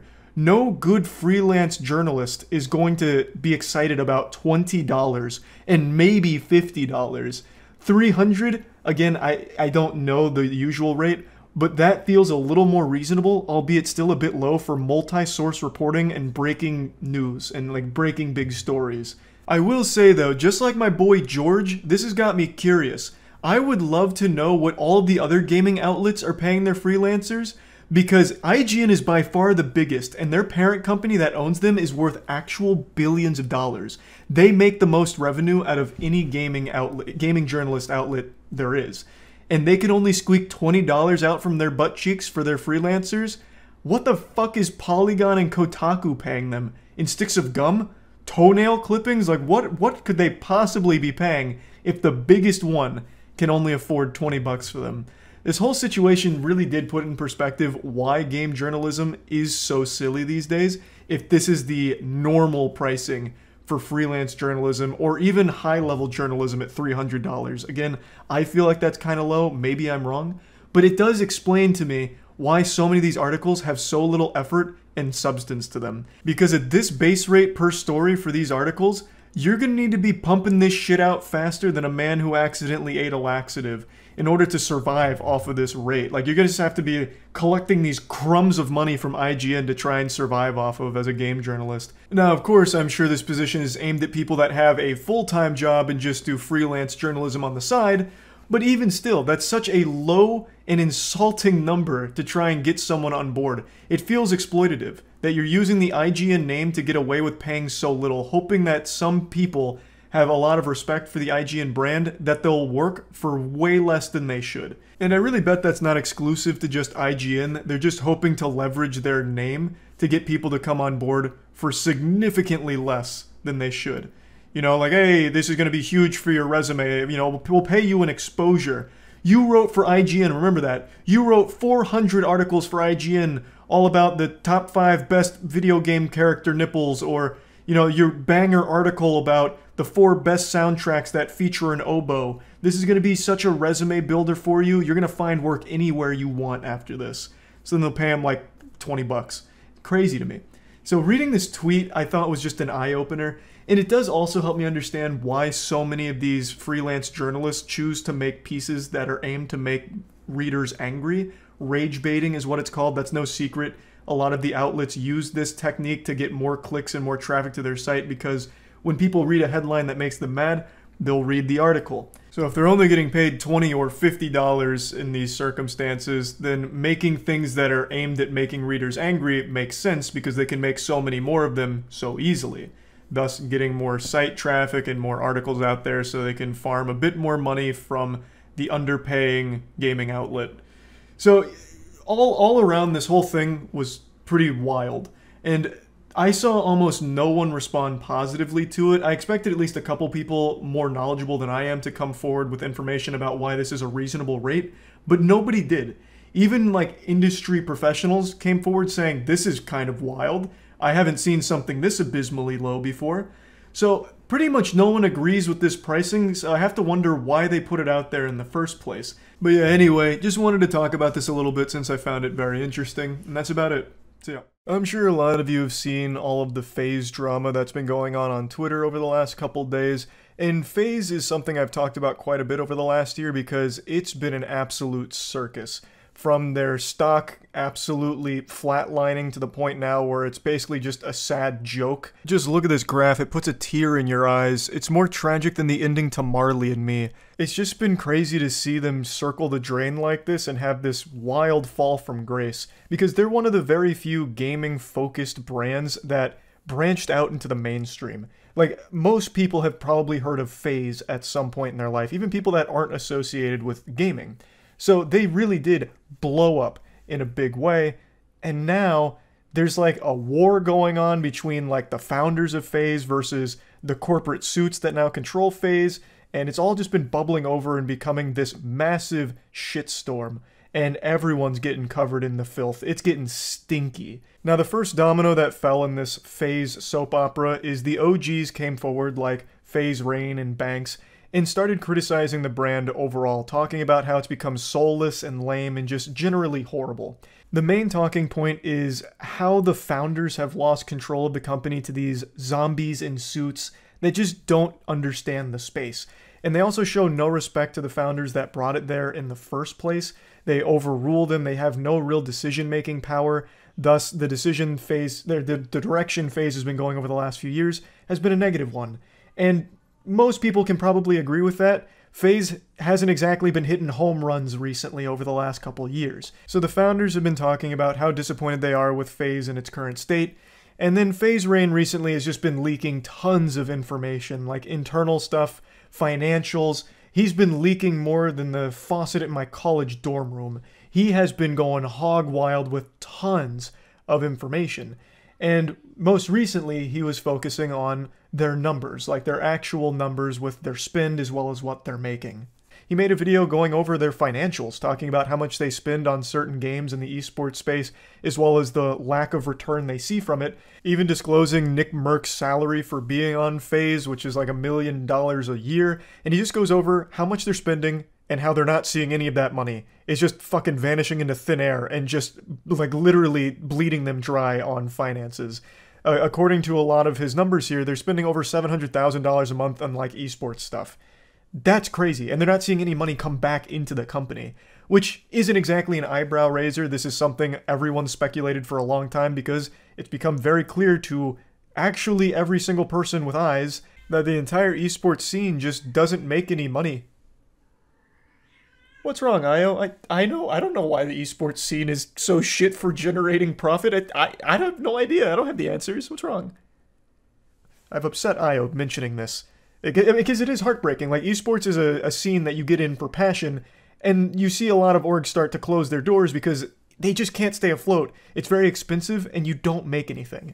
So Rain was going over their numbers, which I do believe because like the information he's been leaking has so far been confirmed accurate, and he's just talking about like how much money they're losing, and it's a lot. Over 700,000 clams, over 700,000 pristine doubloons is a ton of cash. That's nuts. To convert that to Robux, I wouldn't even know where to start. You'd need like fucking 50 zeros at the end of that number. It's a lot of money that they are pissing away and not getting anything back from. So he started revealing these numbers. More OGs came forward to talk about how upsetting it is to see the direction that the brand has gone and that it's completely lost its identity. The people at the top of the food chain don't understand the culture, so it's trash. All of these statements from the OGs then led to this like Marvel civil war within FaZe, where you had the OGs versus the people at the top and also new generation FaZe members. So a lot of the audience was on the OG side and a lot of the audience on the new side, and it's just been this constant clashing. And yesterday it really festered into something pretty foul. So just to give context here, it started with this tweet from FaZe Clan where they said, "We want more women in FaZe Clan." To which FaZe Rain replied saying, "Spoiler alert, it's Grace, and the only reason I heard was because she was on one episode of Stranger Things." He's referring to Grace Van Dien, who is a streamer named Bluefy and also was in Stranger Things. So it turns out he was 100% right, because yesterday FaZe announced that Grace Van Dien is joining the FaZe family. Now, this all led to a lot of hubbub, a lot of discussion, and a lot of controversy. And with a very public fallout between the OG FaZe founders and current FaZe, people were already on edge. It also really didn't help with the FaZe tweet about wanting more women in the organization, because that got the community excited, thinking that FaZe was about to make a big signing from someone who's been grinding in the scene for a long time, working hard for an opportunity like joining FaZe. And then turns out they had already made their decision when they had made that tweet. So that was kind of a bad look, and it didn't do anything good for Grace because it put her in an uncomfortable position where the community was upset that she got the opportunity being a relatively new streamer. They thought that they had signed her just because she's a celebrity. So some members of the community got upset at Grace directly, which I think is super misguided. There's plenty to critique about FaZe signings and business decisions, but Grace didn't do anything wrong here. She does stream often and then had this opportunity to join a huge org. Yes, being an actress did obviously help her get this opportunity for sure, but at the very least she seems excited about it and does actively stream, which is already more than you can say for half of their celebrity signings. Like Snoop Dogg, for example. They paid him a fat load of money, as well as stock, in FaZe in order for him to be on board the FaZe family. And all he ever did was take a single photo with them, and then the word FaZe never left his lips again. He must have been hit by a Men in Black neuralizer that erased his memory of FaZe Clan entirely, because he never did anything with them, in spite of getting all of this money and this stock. And it wasn't just him. They've done this for multiple other celebrities too. Like Kyler Murray, who I'm pretty sure all of you watching didn't even know was part of FaZe Clan at any point. I didn't until I watched Ludwig's Mogul Mail on it. I had no idea Kyler Murray signed with FaZe, but he did. Kyler Murray never even mentioned FaZe Clan a single time. Not once. After joining. But in this case, Grace is an active streamer, thus will be presenting the FaZe brand to her audience, and she seems extremely excited about doing things in collaboration with FaZe, which is infinitely more than any celebrity that FaZe has signed recently. So I really feel that the anger directed towards Grace is just a little weird. The focus should instead be placed on how out of touch FaZe has become with the decisions they make. For example, this was also mentioned in Ludwig's Mogul Mail, but it's something I've talked about as well, where FaZe had that whole super expensive reality show where, you know, who wants to be the next FaZe member? So you want to be a FaZe superstar, do ya? Well, hop on board the Polar Express here for this FaZe show. And they put so much money into it, and only like 6 people ever watched it. Like, they dumped money into this completely geriatric, dumb ideas like that reality show that no one cares about, no one gets excited for, and all of their YouTube content is beyond dead. And no matter how much mouth-to-mouth they give it, they can't revive it. They can't get that heartbeat back, no matter how much they try, because they just don't know what they're doing or what direction to take FaZe. It's become very corporate, and most people don't vibe with it anymore. And it's also led to new FaZe members fighting with the old FaZe members, so they're like actually butting heads and, you know, throwing down in the Twitter replies against each other. So it's just been so much fighting and drama with FaZe because the founders lost control of the company, and the direction it's gone has only further decayed the brand to the point where it's at, 55-cent stock price and kind of just like a joke in the industry outside of some of their esports teams. Like, they are still doing really well in the games they're in for the most part. Not entirely all of them, but a large chunk of them, their esports teams are still top of the line. So it's just a shame to see how bad things are behind closed doors at FaZe. And now those doors aren't even fucking closed anymore. Those doors have been kicked open. The entire public is being exposed to all of the dirty laundry of FaZe, and all of it's happening publicly. I am still shocked FaZe Rain was even able to release all of the information he has without getting sued. I would have thought they would have had so many NDAs out the wazoo on FaZe Rain, but he's just been revealing everything. So I'm starting to believe they probably just forgot about him and all of the founders, so they never even bothered to NDA them. So he'll probably just continue to share shit without repercussion. So I'm pretty excited to see what else he starts bringing to the public eye with FaZe. But anyway, I kind of wanted to talk about all of this because I just find it so fascinating and generally sad to see the state of FaZe. Like I said, it was one of the few gaming brands that broke into the mainstream and had like a very wide appeal to people even outside of the space, which is nothing shy of impressive. So to see what it's become is just wild, and to see how it continues to unfold is shocking. And I wanted to talk about it a little bit. I don't know how it recovers, I really don't.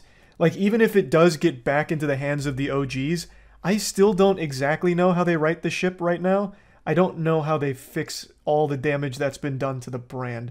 They'd probably have to start over, like, at the very bare bones level and build it all again. Because it's just been so tarnished, and they've lost so much money as well. I just don't know exactly how you fix it. But anyway, I just wanted to go over it all. That's about it. See ya. It's 4 a.m. and I can't sleep because the air conditioning stopped working, and since I live in Florida, it's shot up to over 80 degrees in my house right now, which is suboptimal snoozing temperatures. I'm basically taking the One Punch Man challenge, and I figured since I can't sleep, I might as well talk about something that's on my mind. You may see that I'm sweating right now. I'm feeling the heat, but that's nothing compared to the heat that all League of Legends professional players are feeling in the North American region. Now, I don't know about you, I can only speak for little old me here, but when I think of esports, the first game that pops into my noodle is League of Legends. That, for me, is the game that really popped off the esports scene and made it mainstream. Of course, I did watch MLG for Halo 2 and all of that, and of course a bit of StarCraft, but League of Legends is when I really got hooked in the space. And now Riot Games seems beyond determined to ruin it. Like they're doing everything they can to put the LCS in the grave, which is wild. Now, I'm about 4 years sober from League. I was highly addicted from seasons 3 to 6, roughly 7, and that was an addiction harder to kick than heroin, I imagine. But I did it. And I still do keep up because I do really still love the pro scene of it. And to see everything that's happening in the space right now is more upsetting than the intro to Pixar's Up. It's very odd to see Riot unleashing this fury from the deepest pits of hell upon the LCS. They're basically waging a war on American soil with the NA region. Now, if you do keep up with League of Legends and the esports scene, you'll probably know that North America's been a little lackluster. They're not out there with the strongest competition on Summoner's Rift at the moment. But that doesn't mean that Riot needs to fucking slap them around for some reason. Now, this is actually a very deep situation with a ton of layers to the onion, so I'm just going to show you a quick screenshot that lays out some of the basics, and then I'm going to dive in a bit deeper. But this is just a general overview of what's going on. You can pause the video here to read all of this, but I'll just give you a quick nutshell breakdown. It all started in the Challengers League, which is fundamentally where players get developed into the top tier talent. You know, this is where players get to the big stage. They go through that to try and make it to the big stage where they're competing for all the clams, all the steamed ham. And there was some requests to change things around with how that whole system works. And Riot got a little wacko mode with some of the changes they wanted to implement. And a lot of what they wanted wasn't exactly satisfactory to the LCS Player Association. So the LCSPA, the LCS Player Association, eventually had to call for a vote among the LCS players, the pro players, to stage a walkout as a form of protest because Riot was unwilling to budge or reach any kind of compromise that would be favorable to all parties. So the majority of players voted in favor of the walkout. And this lit a fire deep in the soul of Riot where they were ready to draw their swords and go to battle. They got the fucking big guns out and were ready to put the kibosh on it. They got a big attitude about this situation. They were like Ed from Ed, Edd n Eddy when he got that rock in his shoe. They were livid. So, in response to the walkout, they shook their finger. They said, no, no, no, no. You are going to be obligated to field players, which means every org would then have to get substitutes to play for them. Substitutes that would be pretty much committing career suicide if they accepted the role, because they'd basically be crossing a picket line here. They'd be going against the striking players. They're going against the protest. So it's reputational suicide for anyone that would do it. It's a bad look for the orgs, and it's obviously a bad look for Riot. It's a lose, lose, lose, lose, lose across the board. This is a bigger losing record than the Tampa Bay Buccaneers before we got Tom Brady. This was nobody winning in this situation. But Riot was adamant, no, you will have to field players. And in order to try and make it easier, they decided to lift the requirement for the players they could field. They said it doesn't matter the player's rank, anyone can play for these teams, you just have to field them and pay them. But they said no more ranked requirement, meaning anyone of any rank could play for them. They could literally have their intern who's never touched League of Legends be their professional LCS player because Riot is forcing them to field somebody, anybody with a fucking pulse. You could train your dog to go up and slap on your keyboard a little bit, and that would be a-okay by Riot because there were no requirements left for the substitute position. Fucking me, a gold superstar one-trick Yorick, could have been an LCS pro player this week by this new ruling because there were no fucking requirements. It's wild. Instead of trying to reach some kind of decision that's amicable with the LCSPA, they instead just said, alright, Wild West time. Absolute fucking chaos and pandemonium. We're opening Pandora's box. You all are forced to field substitute players, and we don't even fucking care if they've played the game before in their life. Doesn't matter. Just put someone out there with a heartbeat. Fuck it. And fuck you. They are just actually out here spitting in the face of all of the LCS players. It's pretty disgusting. Now, it's worth mentioning that not everyone thinks Riot is fully in the wrong for this situation, so I haven't seen Tyler1's clips on it yet, but according to this article, he seems to believe Riot actually made the right decision here with their decision to scrap the mandatory participation in the NACL. He calls them paycheck thieves and says that 90% of the players won't ever be good enough for the LCS, so it just causes the orgs to bleed money. Admittedly, I don't keep up with the NACL, any of that scene, so I can't really fully opine on just how effective it was. But according to the rest of the tweet that had the bullet points, apparently 50% of the current LCS players have been through the NACL, so it does seem like at least a lot of the talent for the LCS comes through it. But in the same tweet, it also talks about how expensive it is to field an NACL team.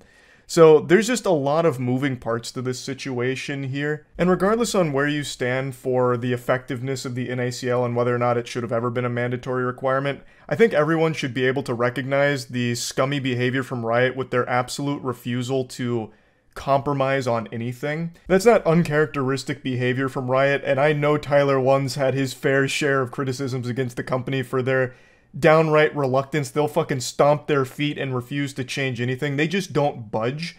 And in this case, they're not even really negotiating with the LCSPA. And I think that is a huge problem. Again, it doesn't really matter where you stand so much on the NACL itself.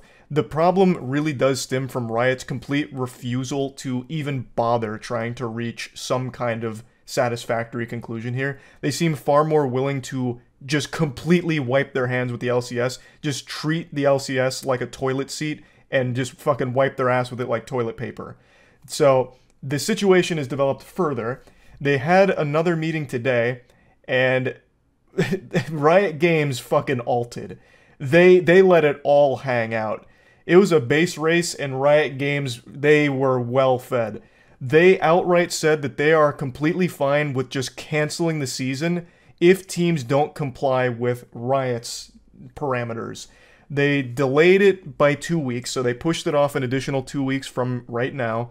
And if they still don't play ball with how Riot wants them to participate, they're just going to cancel the season, and that would make the LCS ineligible to be in the Worlds for 2023. Now, that's harsh. They ran it down mid with this statement here. This shit is brutal. If they don't do what Riot is asking them to do at the end of this 2-week period, they would be willing to cancel the entire summer season, and that would ruin the eligibility for the LCS to qualify for 2023 Worlds. Now, if you don't keep up with League of Legends, Worlds is the biggest stage. One of the biggest stage in all of esports, to be fair. It is huge. So by not allowing them to qualify there because of all of this, that's a huge blow. Keep in mind how expensive it is to even be an organization in the League of Legends space.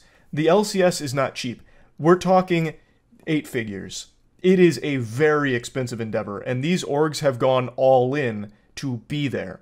So this kind of threat is terrifying. That could like actually just straight up ruin some orgs, like outright. Like, I'm sure there are sponsors dependent on these orgs being in League, for example. So, like, there's a lot on the line for these orgs, whereas Riot can just kind of write it off as, like, a loss. Like, you know what? Whatever. We still got fucking billions here. So what? We'll take a bit of a loss on the LCS. Fuck them. They disobeyed us. They didn't listen to us. And for that, they stepped out of line. We gotta punish them. Make an example out of them to all the other major regions. Like, it's scary. And there's, of course, the LCS isn't the only region. It is a major region, but it's not the only one, of course. So I'm very curious how the other regions will respond to this, because I would feel like they should also be a little concerned with how Riot's handling this, where, like, if things aren't going swimmingly, Riot seems totally fine going scorched earth protocol and just lighting it all on fire, like with what they're doing with the LCS here. So I guess we'll see how the 2-week period goes. It seems like there's going to continue to be dialogue between the LCSPA and Riot Games to see if they can reach some kind of happy ending here, but as of right now, at 4 a.m., it's not looking too promising for the future of the LCS, which is just super sad. Because again, the LCS, used to be a powerhouse. Like, this was the esports scene. And to see where it's at today is crazy. And to see Riot so willing to just get rid of it, like cancel the season, is crazier. And I just wanted to talk about it a little bit because it's something that I've been thinking about a lot and following closely. So that's about it. See ya. All of you know I like to collect shiny trading cards, Yu-Gi-Oh!, Pokemon, Magic the Gathering. There's just something about a holographic card that just activates all the neurons in my tiny little primitive smooth brain and makes me clap and have a smile on my face. Now, I've collected cards for a long time, and Wizards of the Coast has produced a lot of the cards I've collected, early Pokemon sets and Magic the Gathering, for example. And what they've recently done to another collector is unforgivably cruel. They unleashed the fucking Pinkertons to go to this man's house and scare him and his wife and confiscate some Magic the Gathering booster boxes that he had recently purchased. That sounds like the plot to a Breaking Bad episode when someone didn't fully compensate Tuco for the drugs they bought. Now, the reason there was an issue with his purchase is because the YouTuber made a video showcasing the boxes that he got, and it turns out the boxes he received were not the ones that he actually ordered. He had ordered a booster box set called March of the Machine, but what he received was March of the Machine, The Aftermath, which was an unreleased set, and he unveiled the cards a month early. It was a leak, and it was a problem with the distribution because the names are so similar. He believes what happened is the person he tried to purchase March of the Machine boxes from accidentally sent him the unreleased boxes because the names were so similar and they got confused. But he didn't steal the product or anything like that. He didn't knowingly purchase unreleased product. He just got sent the wrong thing. But Wizards of the Coast, they took this as an affront to God. I'm sure all of you have heard the name Pinkertons before because they were literally the bad guys in Red Dead. Like, they have existed for 170 years. I had no idea they were still around. I thought they went extinct like fucking 100 years ago. But they still currently operate today. And Wizards of the Coast dusted off the old hotline right to their desk and ordered an operation for them. I'm not here to do a deep dive on the history of the Pinkertons. They engaged in a lot of terrifying shit a long time ago, and I don't know to what capacity they still operate and do business today, but just their reputation enough is horrifying, and the fact that Wizards of the Coast used them as their first means of communication with this YouTuber is frightening. As far as I know, Wizards of the Coast didn't make any attempts to directly communicate with the YouTuber to resolve the situation without making a big hoopla out of it.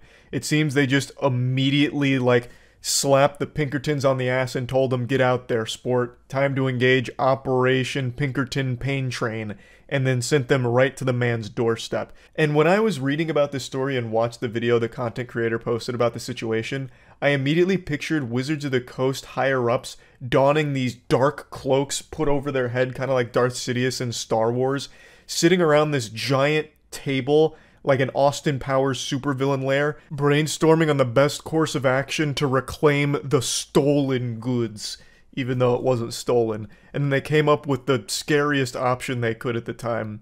They treated this YouTuber, his name's Old School MTG, they treated him like Cobra Commander, and they were sending the G.I. Joe after him, all over a fucking trading card leak that the guy didn't even mean to engage in the first place. Yes, he did film the opening of the Aftermath box, which was a leak and it was early, but they could have just asked him politely to, like, take it down and even ship back the product, and they would maybe just give him what he meant to buy. This was clearly an issue in the distribution, not with the YouTuber himself. He didn't mean to buy this set because it wasn't out. He just wanted some March of the Machine boxes, and it became a big deal, so much so that it escalated to Wizards of the Coast sending the Pinkertons, which is just wild. You know, the title's not like a joke. The Pinkertons, and this is news to me, are still real. You know them as the bad guys in Red Dead, but they are like a real firm. So basically, in a nutshell, there is a YouTuber, I believe his name is Old School MTG, I'll pull up his channel in just a moment. He ordered a set of boxes for Magic the Gathering called Wrath of the Machine, or March of the Machine. And what ended up happening is he got an unreleased set of boxes called March of the Machine Aftermath. And he publicized that he had it, and this was a big leak for Wizards of the Coast. And they responded as if he had just stolen the Krabby Patty secret formula. They threw the wood at him. They contacted and hired the Pinkerton firm to go to this man's house and reclaim the merchandise, claiming that it was stolen goods. So, on his channel, I'll pull it up now. I believe it's Old School MTG. Yeah, Old School MTG. So on his channel in this video, he discusses exactly what happened. So the Pinkertons show up and he's describing them as heavy hitters and scary and made his wife cry. They were apparently talking about like jail time for stolen goods, and then they confiscated the March of the Machine Aftermath boxes. Old School MTG explains that it was just a simple misunderstanding. He didn't know the products were stolen. He doesn't even think the products were stolen. He thinks what happened is somewhere along the way, the guy that he was buying them from is not a Magic guy. He says he's more of a Pokemon Yu-Gi-Oh guy. Didn't realize there was a difference between March of the Machine and March of the Machine Aftermath. So when he made the purchase order for March of the Machine, he accidentally sent him Aftermath. So like a very big, honest mistake from the way it sounds. It's not like Old School MTG went in there like it was fucking Ocean's 11 and had some kind of grand heist to steal March of Madness Aftermath boxes. It was actually just a fuck up. But Wizards of the Coast took it very seriously and hired the Pinkertons, which is beyond scary. Like the Pinkertons. They actually had a lawsuit because of the reputation that they have. They had a lawsuit with Red Dead Redemption. I don't know if you guys remember this. Because they were tired of their reputation of being the bad guys. Well, here, this is a follow-up to it, but basically they didn't like that they were still being portrayed as bad guys, so they engaged in a legal battle over their portrayal. Trading card mafia. Yeah, this was such an overreaction from Wizards of the Coast. I don't know what's been going on over there, man. They have been, like, cracking down on everything with an iron fist, much to the reputational damage of the whole company. It's crazy. All the D&D shit, it just doesn't stop. But what's also wilder, by the way, is the thing he had access to, March of the Machine, the Aftermath, which, you know, he opened on cam, big no-no, big leak. It's not even like it's that deep in the future. It's like 3 weeks away. So we got it 3 weeks early. It's not that big of a fucking deal. But yeah, they confiscated all the boxes and everything, intimidated him, scared him. But he's like super, super generous to them in this video. I don't know if it's out of fear or what, but what they did to him is beyond wrong. Like, this man got done dirty. And in the video, he talks about Wizards, like, very positively. I don't know if they had, like, a gun to his head or what, but he was, like, really charitable. He was like, yeah, you know, after the Pinkertons raided my fucking house, they gave me a contact at Wizards, so I called them, and they were super nice and super apologetic, even offered a potential reimbursement with some product. I was like, when I was listening to that, I was like, man, this guy's got a heart of gold, because what they're doing is they're panicking, because what they did is, quite frankly, beyond disgusting. I don't even know if it's fully legal. To hire a private security firm to go reclaim material that you don't even know for sure is stolen? Like, what do you mean? Because this guy didn't fucking steal it. They apologized to him. Not publicly. Only over the phone. Like, the personal contact, he said, was very sweet. And I imagine that they were really trying to sugarcoat him so that way they could maybe avoid a lawsuit if he decides to, like, actually look into this situation. Because, again, I don't even think what they did is legal by sicking the fucking Pinkertons on him to confiscate his shit. Why not just ignore the Pinkertons? Brother, you have not played Red Dead. Now, he didn't have to give over his goods, I don't think, because, again, I'm not, you know, I never passed the bar, but it doesn't seem like that's actually something that they could get away with legally. But you're not going to just, like, ignore the Pinkertons. He described them as, like, heavy hitters, like, scary. God, it really does sound like a mission out of Red Dead, though. I come out and the wife's answering the door and it's the Pinkertons. Fuck, man. But yeah, I saw a lot of people on Twitter, for some reason it's always Twitter that has like the dumbest takes, like, I don't think they sent the Pinkertons, that wouldn't make any sense.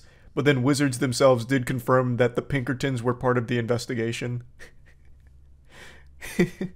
And then, of course, they just go silent after they're confronted with, like, the reality that they were wrong. It's like, why should we believe this YouTuber? He's probably lying. Did he record the Pinkertons?